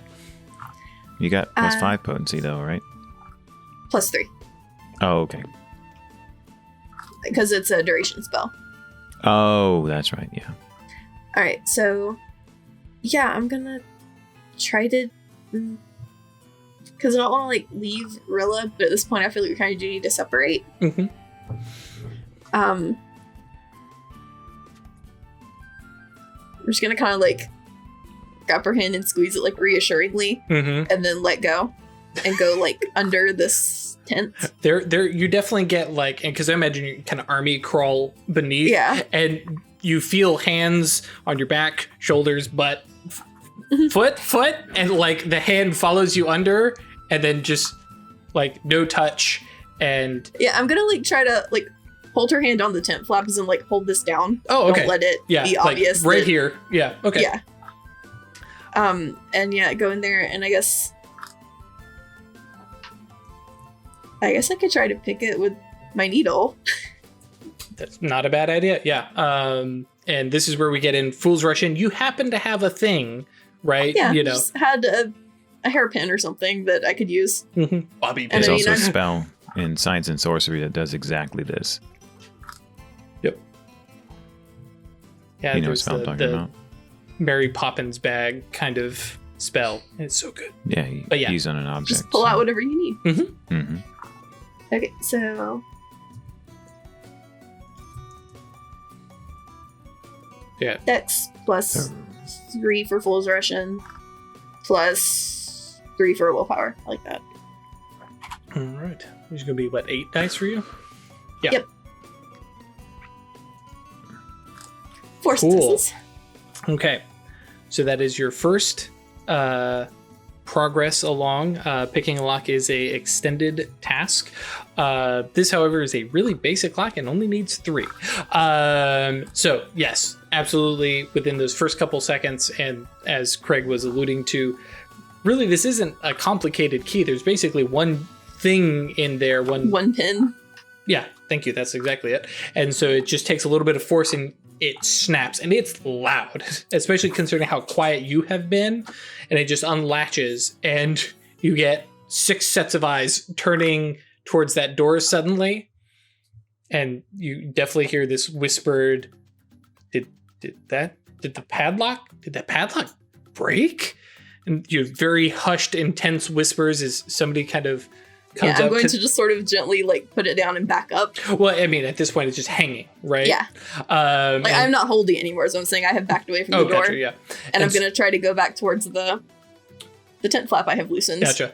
Yeah, so as you're moving away, the tent flap moves again, and, I don't know how much Gisela sees, but our view, right, has got somebody reaching around and grabbing the padlock and gives it a tug and pulls it out and tosses it to the ground and pushes the thing open. And blessedly, these are decently oiled and greased hinges. There's no sudden squeak as it slides open, and everybody kind of gets out. And there's a couple folks who are limping and moving a little bit slow, but and somebody starts to head towards the front tent. There's this whispered, no, hang on, don't do that. I'm gonna be I am scooting out the tent flap. Oh, that's true. And and the it's motion moving kind of weirdly, but it's moving, and they see that. Yep. And moments after you come out, which brush and find Rilla's knee, and hey, it's me. Yeah, and I'm taking her away. It's and one head kind of pokes out. All right, it's clear. And then crawls out, and slowly you have this, really ragtag bunch of people doing their best to sneak, and just to kind of bring the scene to an end on one single die roll. How do you attempt to lead them out, and where did they go after? Or is this and Arachne says, your fate is your own, and... No, I definitely want to try to lead them away, because at least I want to, talk to them. Mm-hmm. Maybe we could just get really weird with it. Hi, this is Mage. Yeah. Just sort of draw them an arrow. In the ground? Mm-hmm. Yeah. Yeah. You had the slow, group of people, and it's, I mean, if they want to blame ghosts, that's great. Fine. But yeah. And I don't even think you get, an arrow drawn so much as, this line suddenly, starts appearing, and somebody's like, what is that? And you get somebody else going, I don't care. Go follow it, and immediately your hand comes up as they tromp past you. Well, tromp is a terrible word. They stalk past you. They're still being sneaky because they still have patrols. Oh yeah, people on watch. Yeah, and they're definitely they're all young to mid age, and the teen to 30-ish range. Most of them look fit, and like they'll do work kind of stuff. And they kind of move, and then just make a not absolute screaming run, but just this, and we're out. Sprint as they are headed out. There is a definite shout of somebody on patrol noticing them, which suddenly loses the ability to speak. Just suddenly makes no sound. Oh, shit. Screaming, yelling, and you have a tug on your hand following as this guy is loudly animating and shouting and looking at himself, and like is very confused, turns to like a tent and starts grabbing and like finding somebody and starts slapping. You hear that guy start to yell. But at that point, 6 people and 2 invisible ladies are disappearing into the dark. Okay. I want to like try to lead them to where our horse is. So I was just gonna reach out and like sort of just like pull on a shirt. Yes, like, it's definitely ghosts. It's ghosts. Yeah, so the 2 of you catch up to the person in the rear. Unfortunately, you guys have not been beaten up and sleeping in tight confines and stuff like that. So it's fairly easy to keep up with them and start plucking at this shirt. And the guy freaks at first, and like then there's nothing there. Right, and then turns, and then there's the pull on the front of his shirt, and he hey everyone, hang on, look like there's these weird tugs on his shirt. We're definitely going to be rolling a breaking point on that. But and everyone's looking like, you all see this too, right? Just follow it. And so like there's this awkward, as like you're having to walk backwards, plucking a couple times, and then they're like follow, and clearly are in that direction, and then later you have to do a little adjustment. So this way. And basically I want to try to lead them in the direction of town. And that's going to be a couple hours. Do you kind of like get them set in the right direction and then leave them, or? Yeah, because I want to be able to walk away, drop the invisibility, and then come back to them as like us. Sure. So maybe not lead them directly to the horse. Yeah. Okay. But like in the right direction. Gotcha. Cool. We'll come back to that here momentarily. Because Legba and Baba Sera have been in Purgatory Bluff for a little bit and then moved on to where? Because I don't remember if we determined an end goal. Okay. No, we didn't. So, yeah, if we're doing it in vignettes, right? When we arrived in Purgatory Bluff, Legba would step in front of Baba Sera and open his hands and turn around, point to all the things he's been doing that he's alluded to and talked about in the past year. All the grooming, the pruning, the growth of flowers, the manicuring he's done to try and encourage Purgatory Bluff in the minds of people to resemble the version of it he's tried to maintain in the astral. So from here, he would say to Baba Sera, I don't know where I'm supposed to go, but I know the path is going to take me right back here. Because this is where it starts. This is where my legacy begins. This is where I'm supposed to have a mark. And this will always be an important place for me, regardless of what I and we end up doing elsewhere in the world. If that's the case, then it doesn't really matter where you go. The journey is the important thing, right? That's right. That's right. So what would be a journey of meaning right now? So this is where I'm going to get into the vignette stuff. Cool. And you guys, take off, not quite aimlessly, but kind of letting your feet take you there, which in the Temenos can be kind of weird, especially because, I'm going to let my feet take you there. Cool, welcome to Podiatry. Podiatry?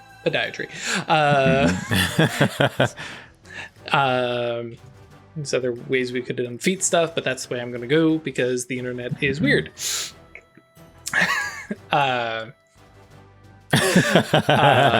But you guys, we pick up, some, phenomenological time later with the two of you stepping into. I'm trying to figure out the best way to describe it. Well, yeah, a rail station in Metropolis. Ooh, cool. For those of you unfamiliar, Metropolis is the big Temenic version of every city. Every city exists here in parts in some way. And the two of you are stepping off of a rail car, labeled, industry, or progress, I think might be a more likely thing that you would have gotten on, and step into Metropolis, which is an enormous city. Legba has had a peek into, London, but this is just so much bigger, and it just expands in all directions. There's no, at least in my head, Metropolis doesn't have, a landscape beyond it. It's just more city. There might be a park, but it's not landscape. It's not wilderness. And the two of you kind of step out into this place, which is just absolutely full of hustle and bustle, especially when you compare it to Purgatory Bluff. Stepping off of a train called Progress, with a conductor, telling you all to, mind your manners in Metropolis. It's be a dangerous place.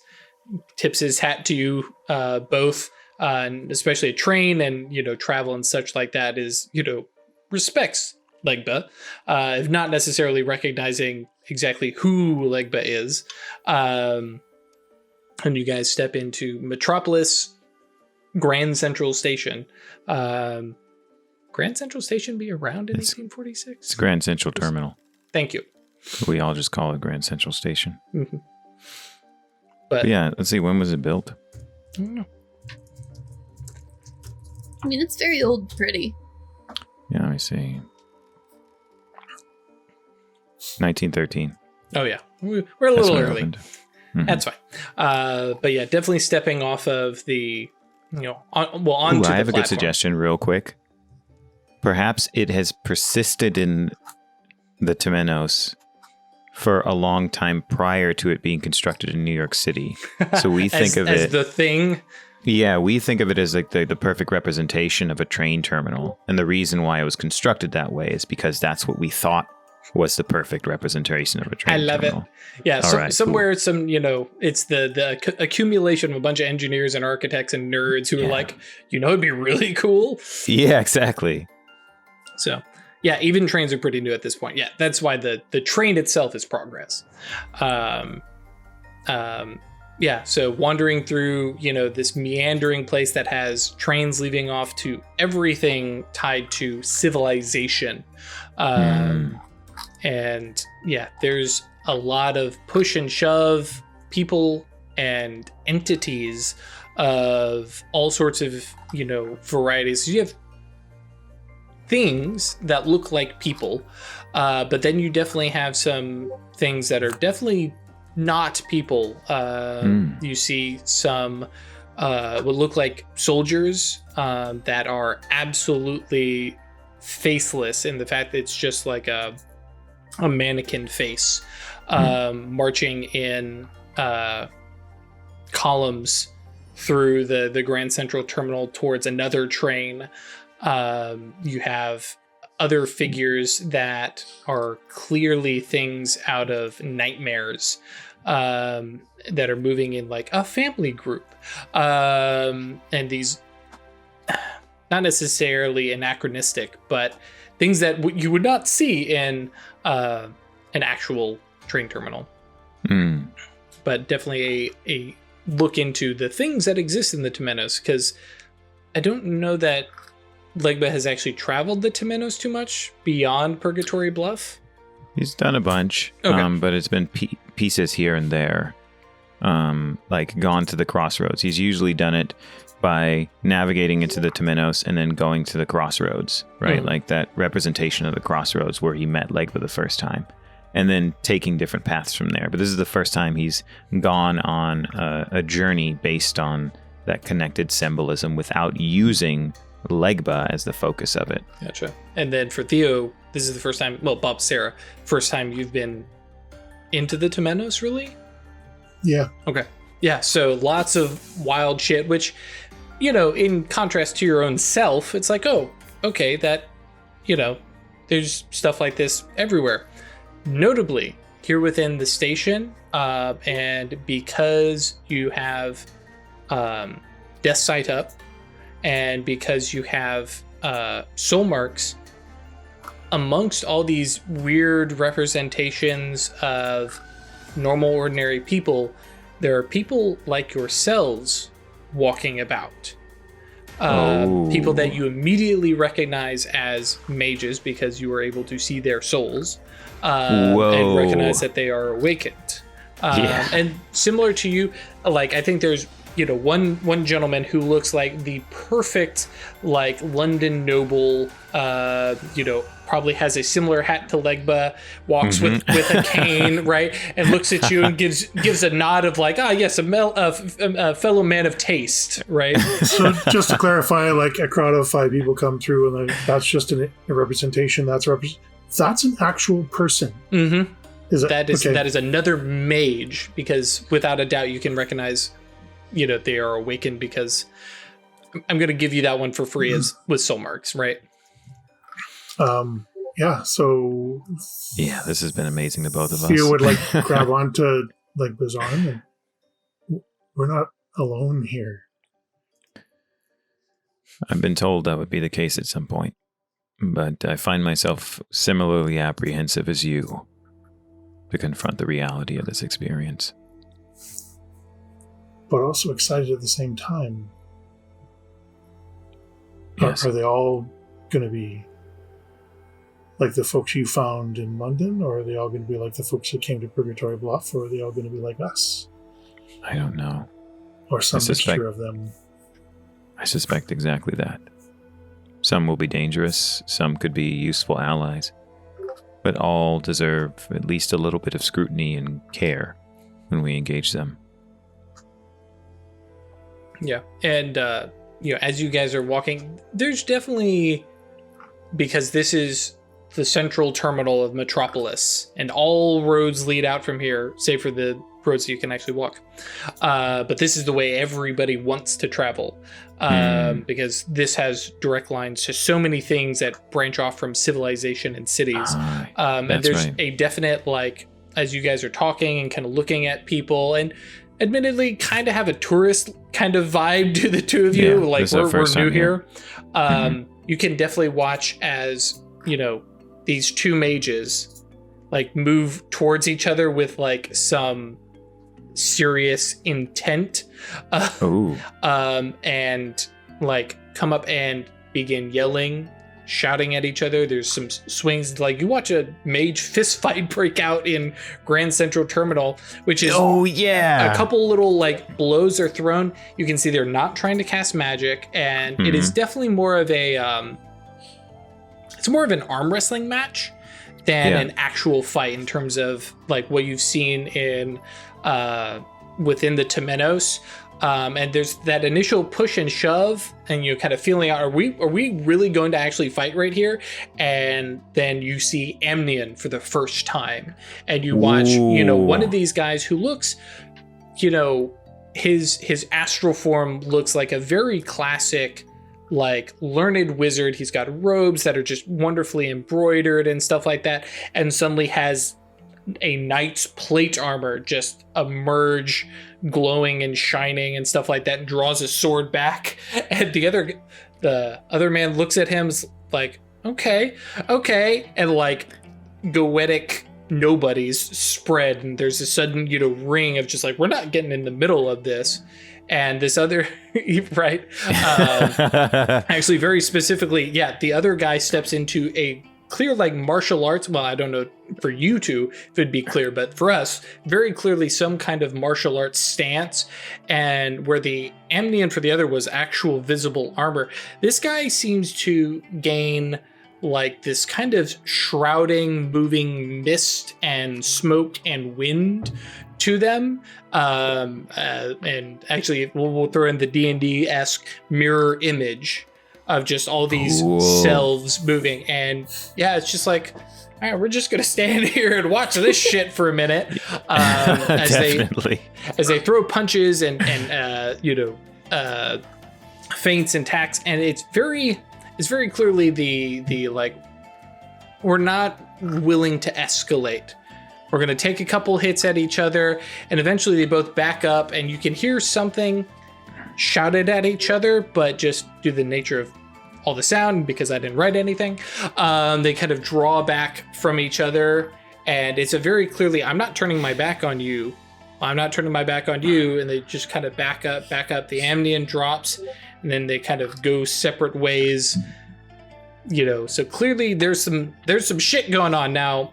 What their particular, alignments and what are you going to say? Factions, maybe. You're unsure unless you decide to follow one of them, or continue on your own journeys. I'm so curious. Yeah, Baba Sera take Legba's lead on that.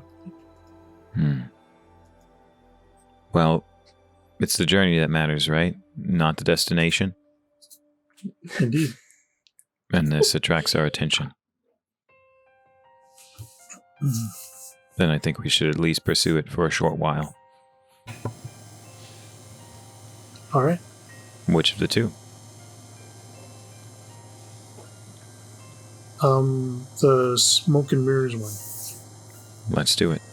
Cool. Yeah. So, like, you have this... I see it, Chris. You have chosen poorly. The night's cool. The moment of, like, the conversation back and forth. Oh, yeah, we'll follow that. Shoot! And, like, quickly, you make the scramble, try and chase after this person.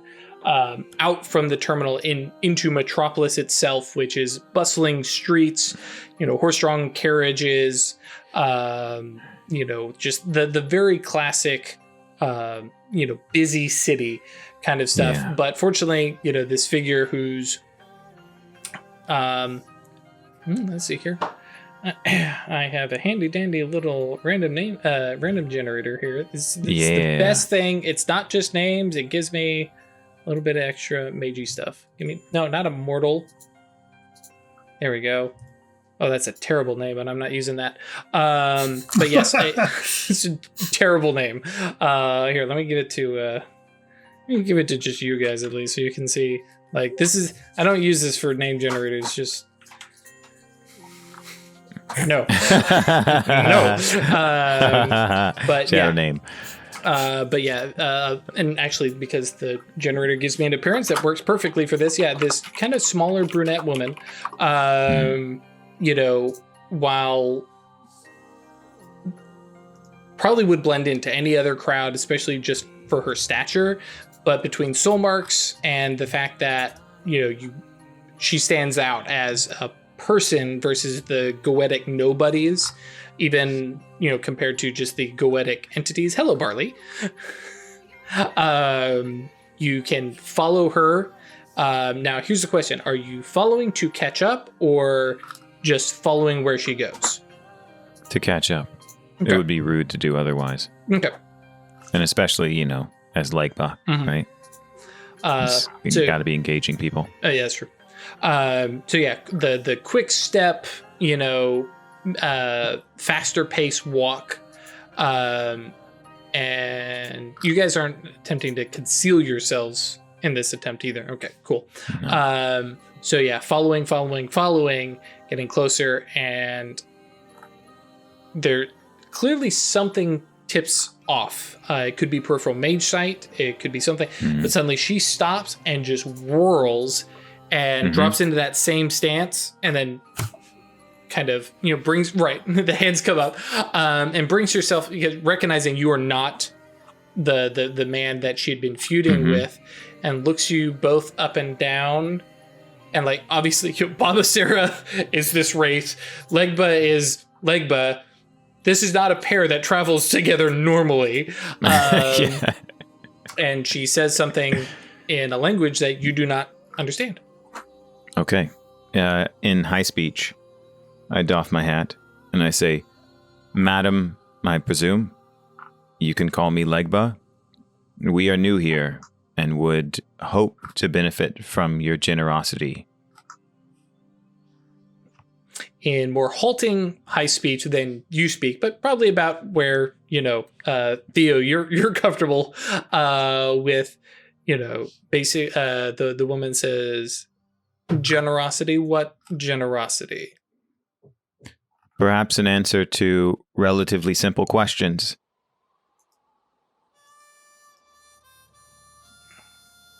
Knowledge we lack because of particular circumstances. I would be happy to provide knowledge in exchange.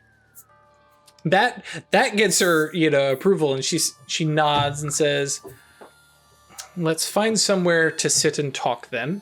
Very halting high speech, and leads away. And we kind of cut our vignette here as you guys have a little chit chat and exchange. And basically, what kind of questions are you asking her? So the first question is, are disputes between mages, this is a naive question that is entirely in character. Sure. Are disputes between mages a common thing in Metropolis? Yeah, within Metropolis, depends on who you are and how often you're here.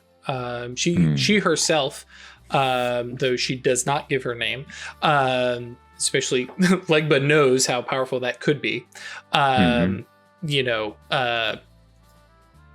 She is here frequently, and so is that asshole. And because of that, and because they're at odds with each other in long-term goals, but neither is quite willing to extend it out to a dual arcane. And any fight here really is just an irritant.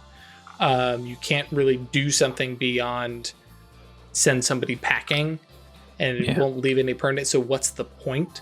And there is the risk of, you yourself being sent back, and then now you're the one annoyed. So it's just, like there is a blush on her face as she, it's honestly, it's a little bit petty, but every time I see him, I just have to punch him. Legba will turn to Baba Sera if she'd like to ask the next question. He has a bunch of others as well. I think Baba Sera's a little overwhelmed by the whole experience and just still processing. Okay. So you look to Baba Sera and just shakes her head. The silent wraith. Right. Cool. Just trying to be polite. So then Legba's next question is,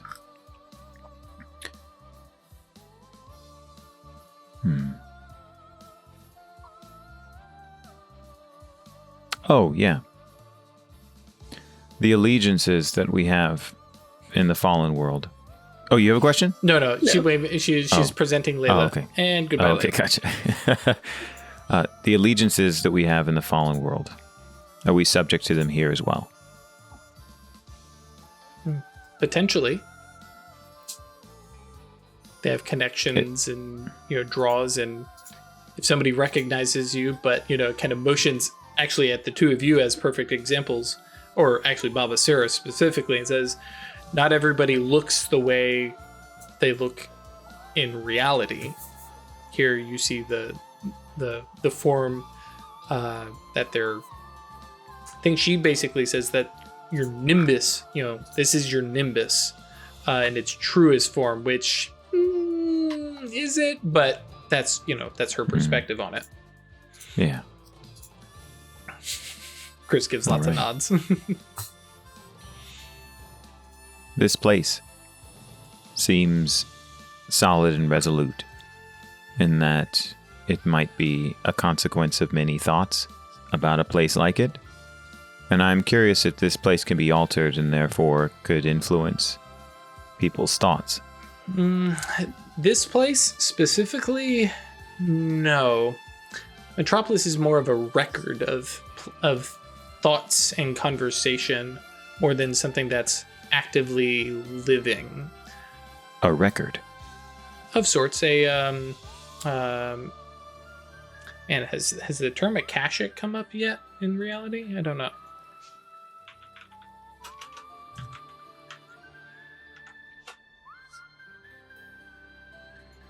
Do, do, do, do, do, do. 1831. Yeah, okay, yeah. So he may actually, she may throw out the term of Akashic record, wherein everything, is recorded, and she's like, this is where cities live. This is where cities live. Does that mean then that if there is knowledge stored in cities that would otherwise be hard for you to find, that you might be able to find its representation here in Metropolis? Potentially. If any two minds have ever spoken of a thing, it exists somewhere in the Temenos. Now, how easy it is to find, how long you may have to dig, that's the real question. And I imagine that includes, and he turns halfway to Baba Sera while he asks this question. He says, I imagine that might include information about perhaps an atrocity that was committed against someone. If two people spoke of it. I see. It is the reason the Temenos is so important, as one could also find that information and destroy it. Oh. And if it is never spoken again, then it is gone. I have other questions, but I'll stop here so that I can satisfy my commitment to this exchange. I can offer something, or you can ask me a question. She actually really thinks hard on that. It's like, do I take what's offered or do I ask?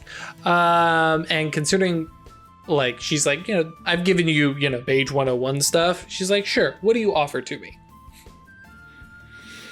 I offer you a choice between the identity of a very strange space, representation, being, conglomeration of minds that touches on our world and is known to very little, or I offer you a favor. Considering I may never see you again, tell me about this space.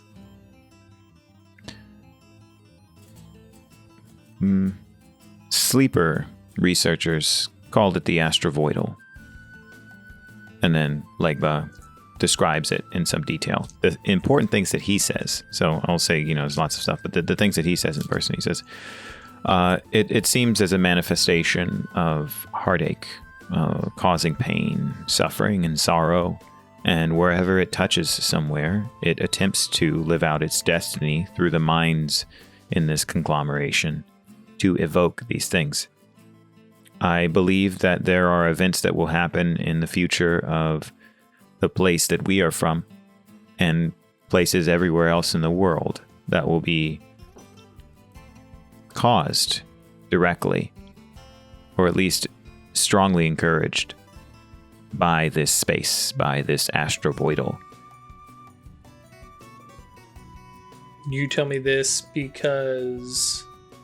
I mention this because if you are looking up at the stars at one point and you recognize something that looks like an obscurement passing through, I would be very wary of the future of that space you're in. If you notice this void touching on a place that is dear to you, it is extremely likely that something horrible will happen to someone you may care about nearby.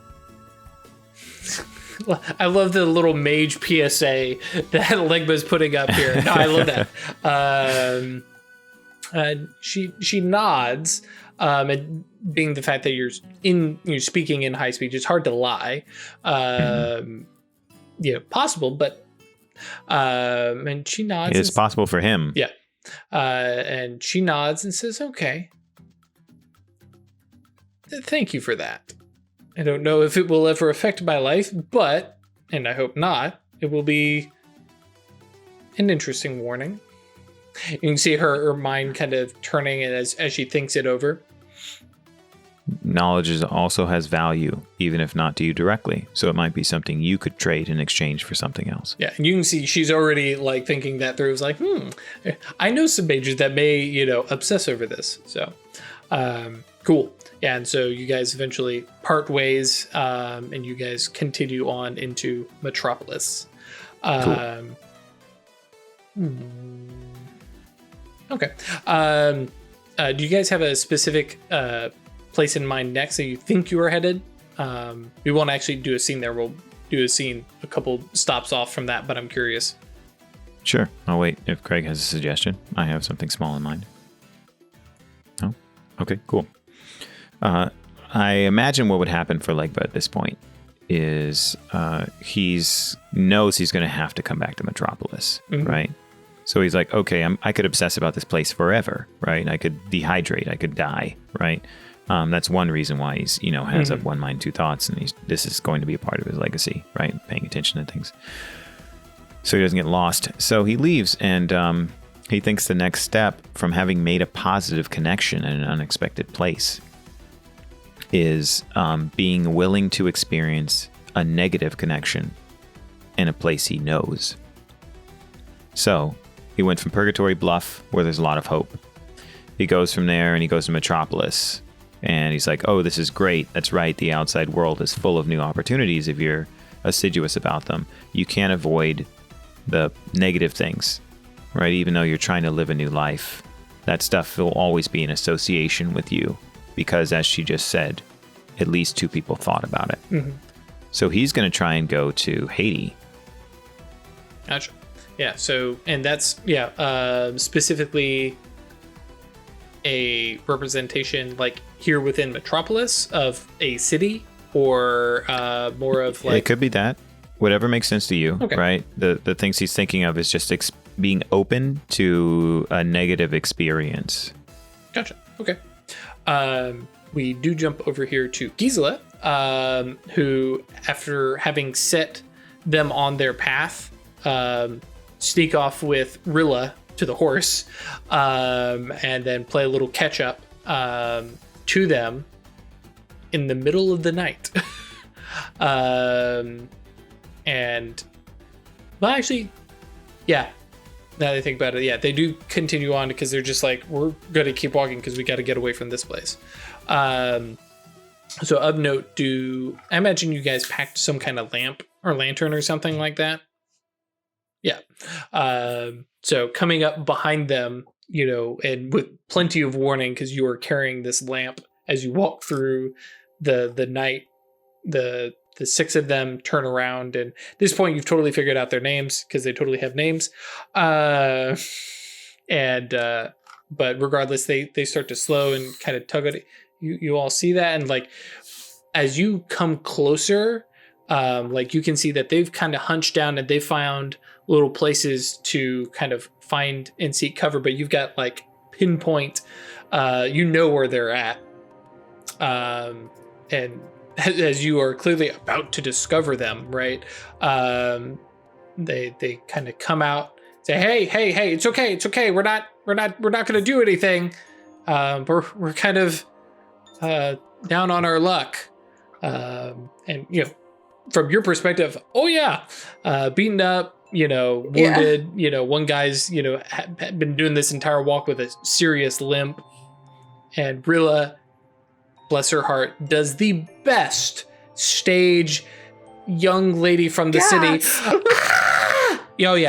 the horse shimmies, and the guys immediately feel just absolutely terrible. Oh yeah. Oh, okay. where did you all come from?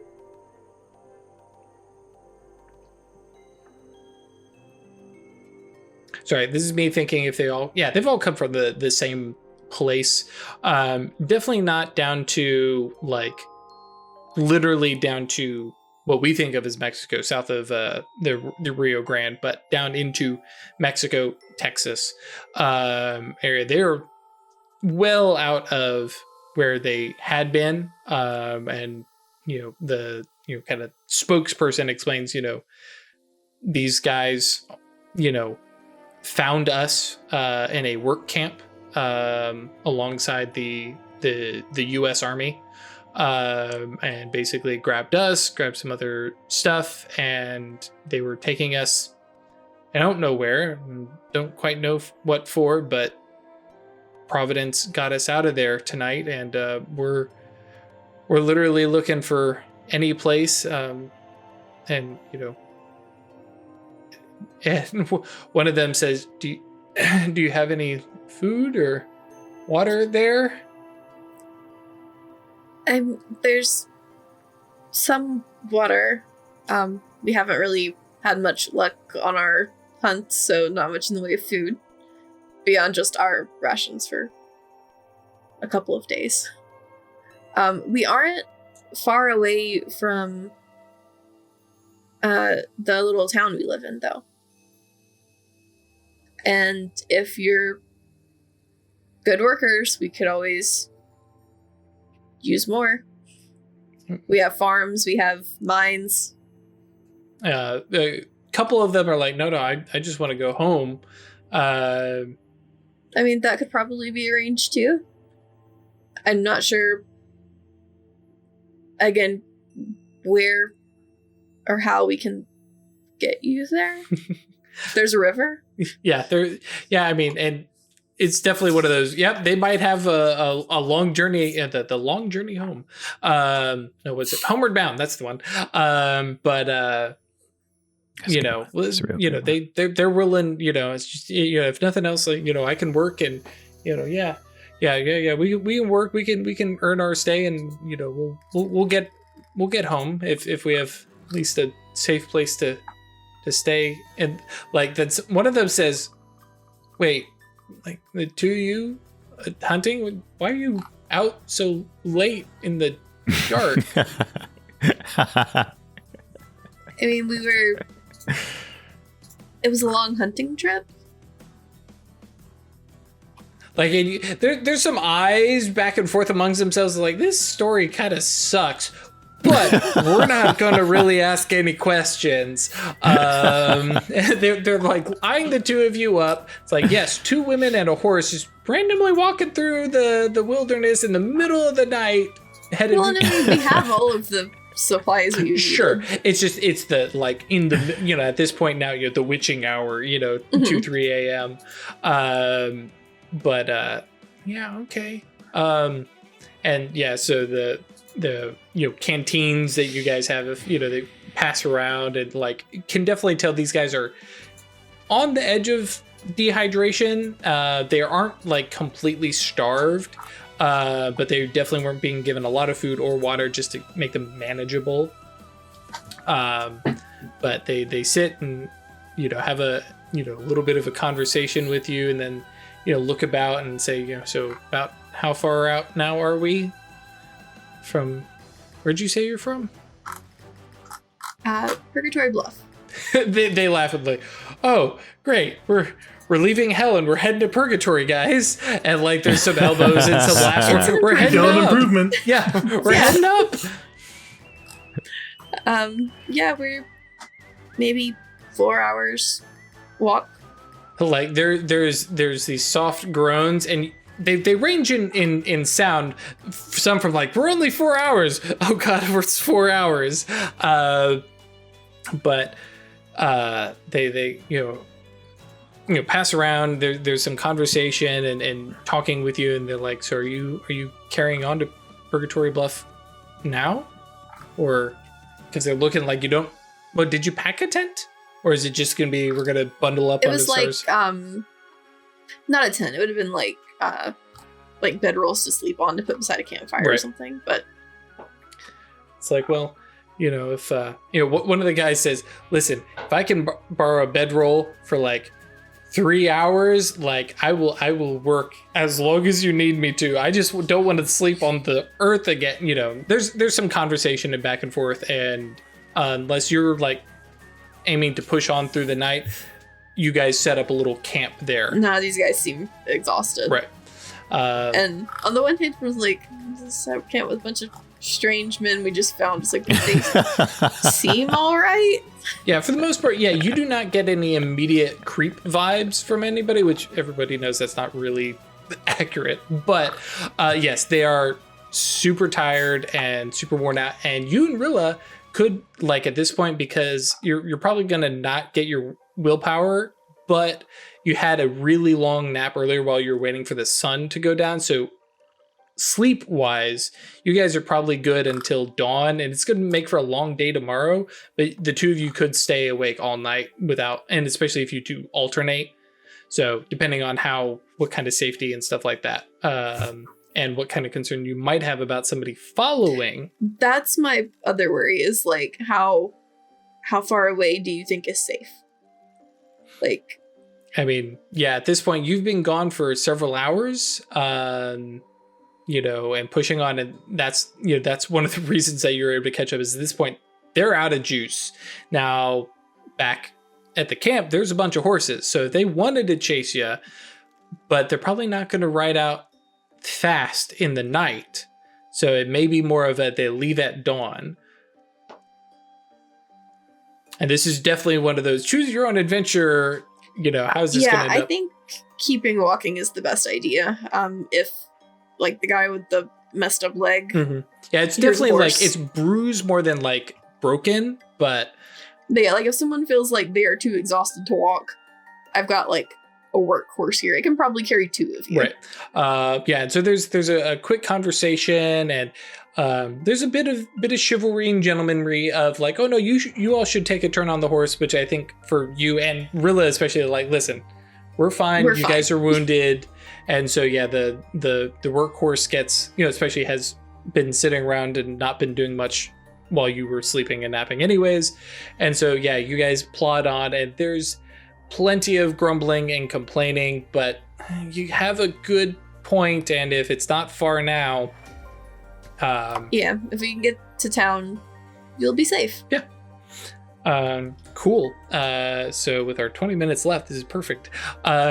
Chris, after you guys, little dinner with Jules, go to sleep, the next morning, some, boys who are running about, start shouting about people coming up from, down near the river.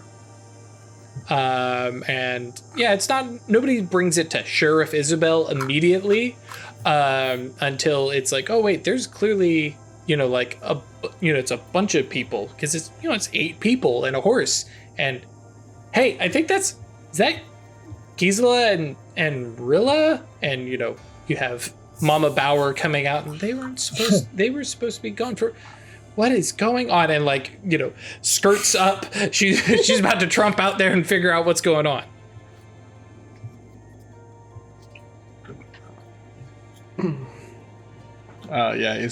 Isabel makes her way pompous is not the right word, but like with an air of authority. Gotcha. Question. Through the crowd. Do you get the horse and go out and meet them, or is this more of a like once they get closer to town? How far away are they being spotted? I mean, not terrible distance, but because we're talking fairly wide open space. So okay. If I hear of it at a point where it's just like there's some people coming, versus when it's close enough to is that Gisela? Oh, that's fair. Yeah, that's true. Being able to recognize. There. Yeah. Right. So yeah, at that point, yeah, they're getting close enough that they're recognizable. That's true. Yeah. As Perry says in chat, someone has a spyglass for some reason. possibly, but yeah, I don't think we're quite to the town has a lookout kind of concern. But yeah, so I guess at this point, they're walking into town because close enough to recognize Gisela and Rilla. Okay, sorry. Yeah, so at that point, it's like with this air of authority, like, come on now, folks. It's just, we've had visitors before. Everyone just keep your manners, keep calm. Mm-hmm. We'll get through this. Yeah, and as and figure out what's going on. And Gisela and Rilla, very clearly, tired and been walking a while. The 6 guys behind are wounded and beaten and injured, which is the next thing that people start to notice. And like, there's a movement. Gisela, what did you do? Yeah, well, it's more of somebody shouting for get the barber. Hey, some of these these guys don't look great. And there's a couple mothers who are like ready to go out and mother the hell out of some men, but then like pause and kind of look back at Isabel. Yeah, I would be like yelling at random passersby for food and water at least. Okay. Yeah, and Isabel's just like, bring them on up to the tavern. We've got some extra room for everyone to have some breathing room up there. And rides down, or I guess, sorry, didn't have a horse, right? We established that. Zoe walks down and just sort of without needing to know how this happened from Gisela and Rilla, because I'll find that out later. Just like greeting the gentleman and kind of managing the crowd. Yeah, gotcha. Exactly. Cool. Making sure they don't get mobbed for like, what's going on, what happened to y'all, that kind of thing. Okay. So we're gonna jump back over because we'll figure out where Legba and Baba Sera may join in here momentarily. Except Ralph, are you there? Ralph is having he lost power, it says in chat. Oh no. His image just froze completely. Yeah, like I was that. like, wait a second. So yeah, Ralph had a little technical difficulty, so we're just gonna pause here and kind of wrap up tonight's episode. That way we can figure out how they ended in the astral and figure out where they show up when the visitors show up. So thank you all for joining us tonight. As always, it is a blast to have you along with us. If you want to support us, that's patreon.com/Occultists Anonymous or staylucky.club. And if you want to join our conversation, hang out, talk about past episodes. If you're just watching this on YouTube and want to give us your 2 cents, please post comments. Feel free. I see them. I think you guys check on them occasionally. But Discord is the place to come and chat because we're here and we're live and you can at us. And, we can talk about why our characters did this, that, or the other, or, Drew, what's it like to be a squirrel in traffic? Thank you, Craig. That's slowly becoming part of my normal lexicon. And that is www.yeetinto.space. There's a weird Discord link, but that's hard to do. So we use these cool hyperlink URL things that Perry hooked us up with. Thanks again, Perry. And a quick shout out to Gehenna Gaming and PAX Unplugged. I will be up there second week of December doing some cool stuff. If you happen to be up there, please come say hi. I'll be the nerd who is packing only OA t-shirts. So it will be OA or the Rookery or Into the West. So I'll be hanging out and running some games and hanging out with some stuff and getting to actually play some stuff. It'll be fun. So if you happen to be up there, do let me know. Because if nothing, we can do a high five or whatever. I think there are still tickets available, and it is a fully vaccinated and masked event, so it should be hella safe. That's it for me. I guess that's it for us. We'll see y'all next time. Bye, everybody.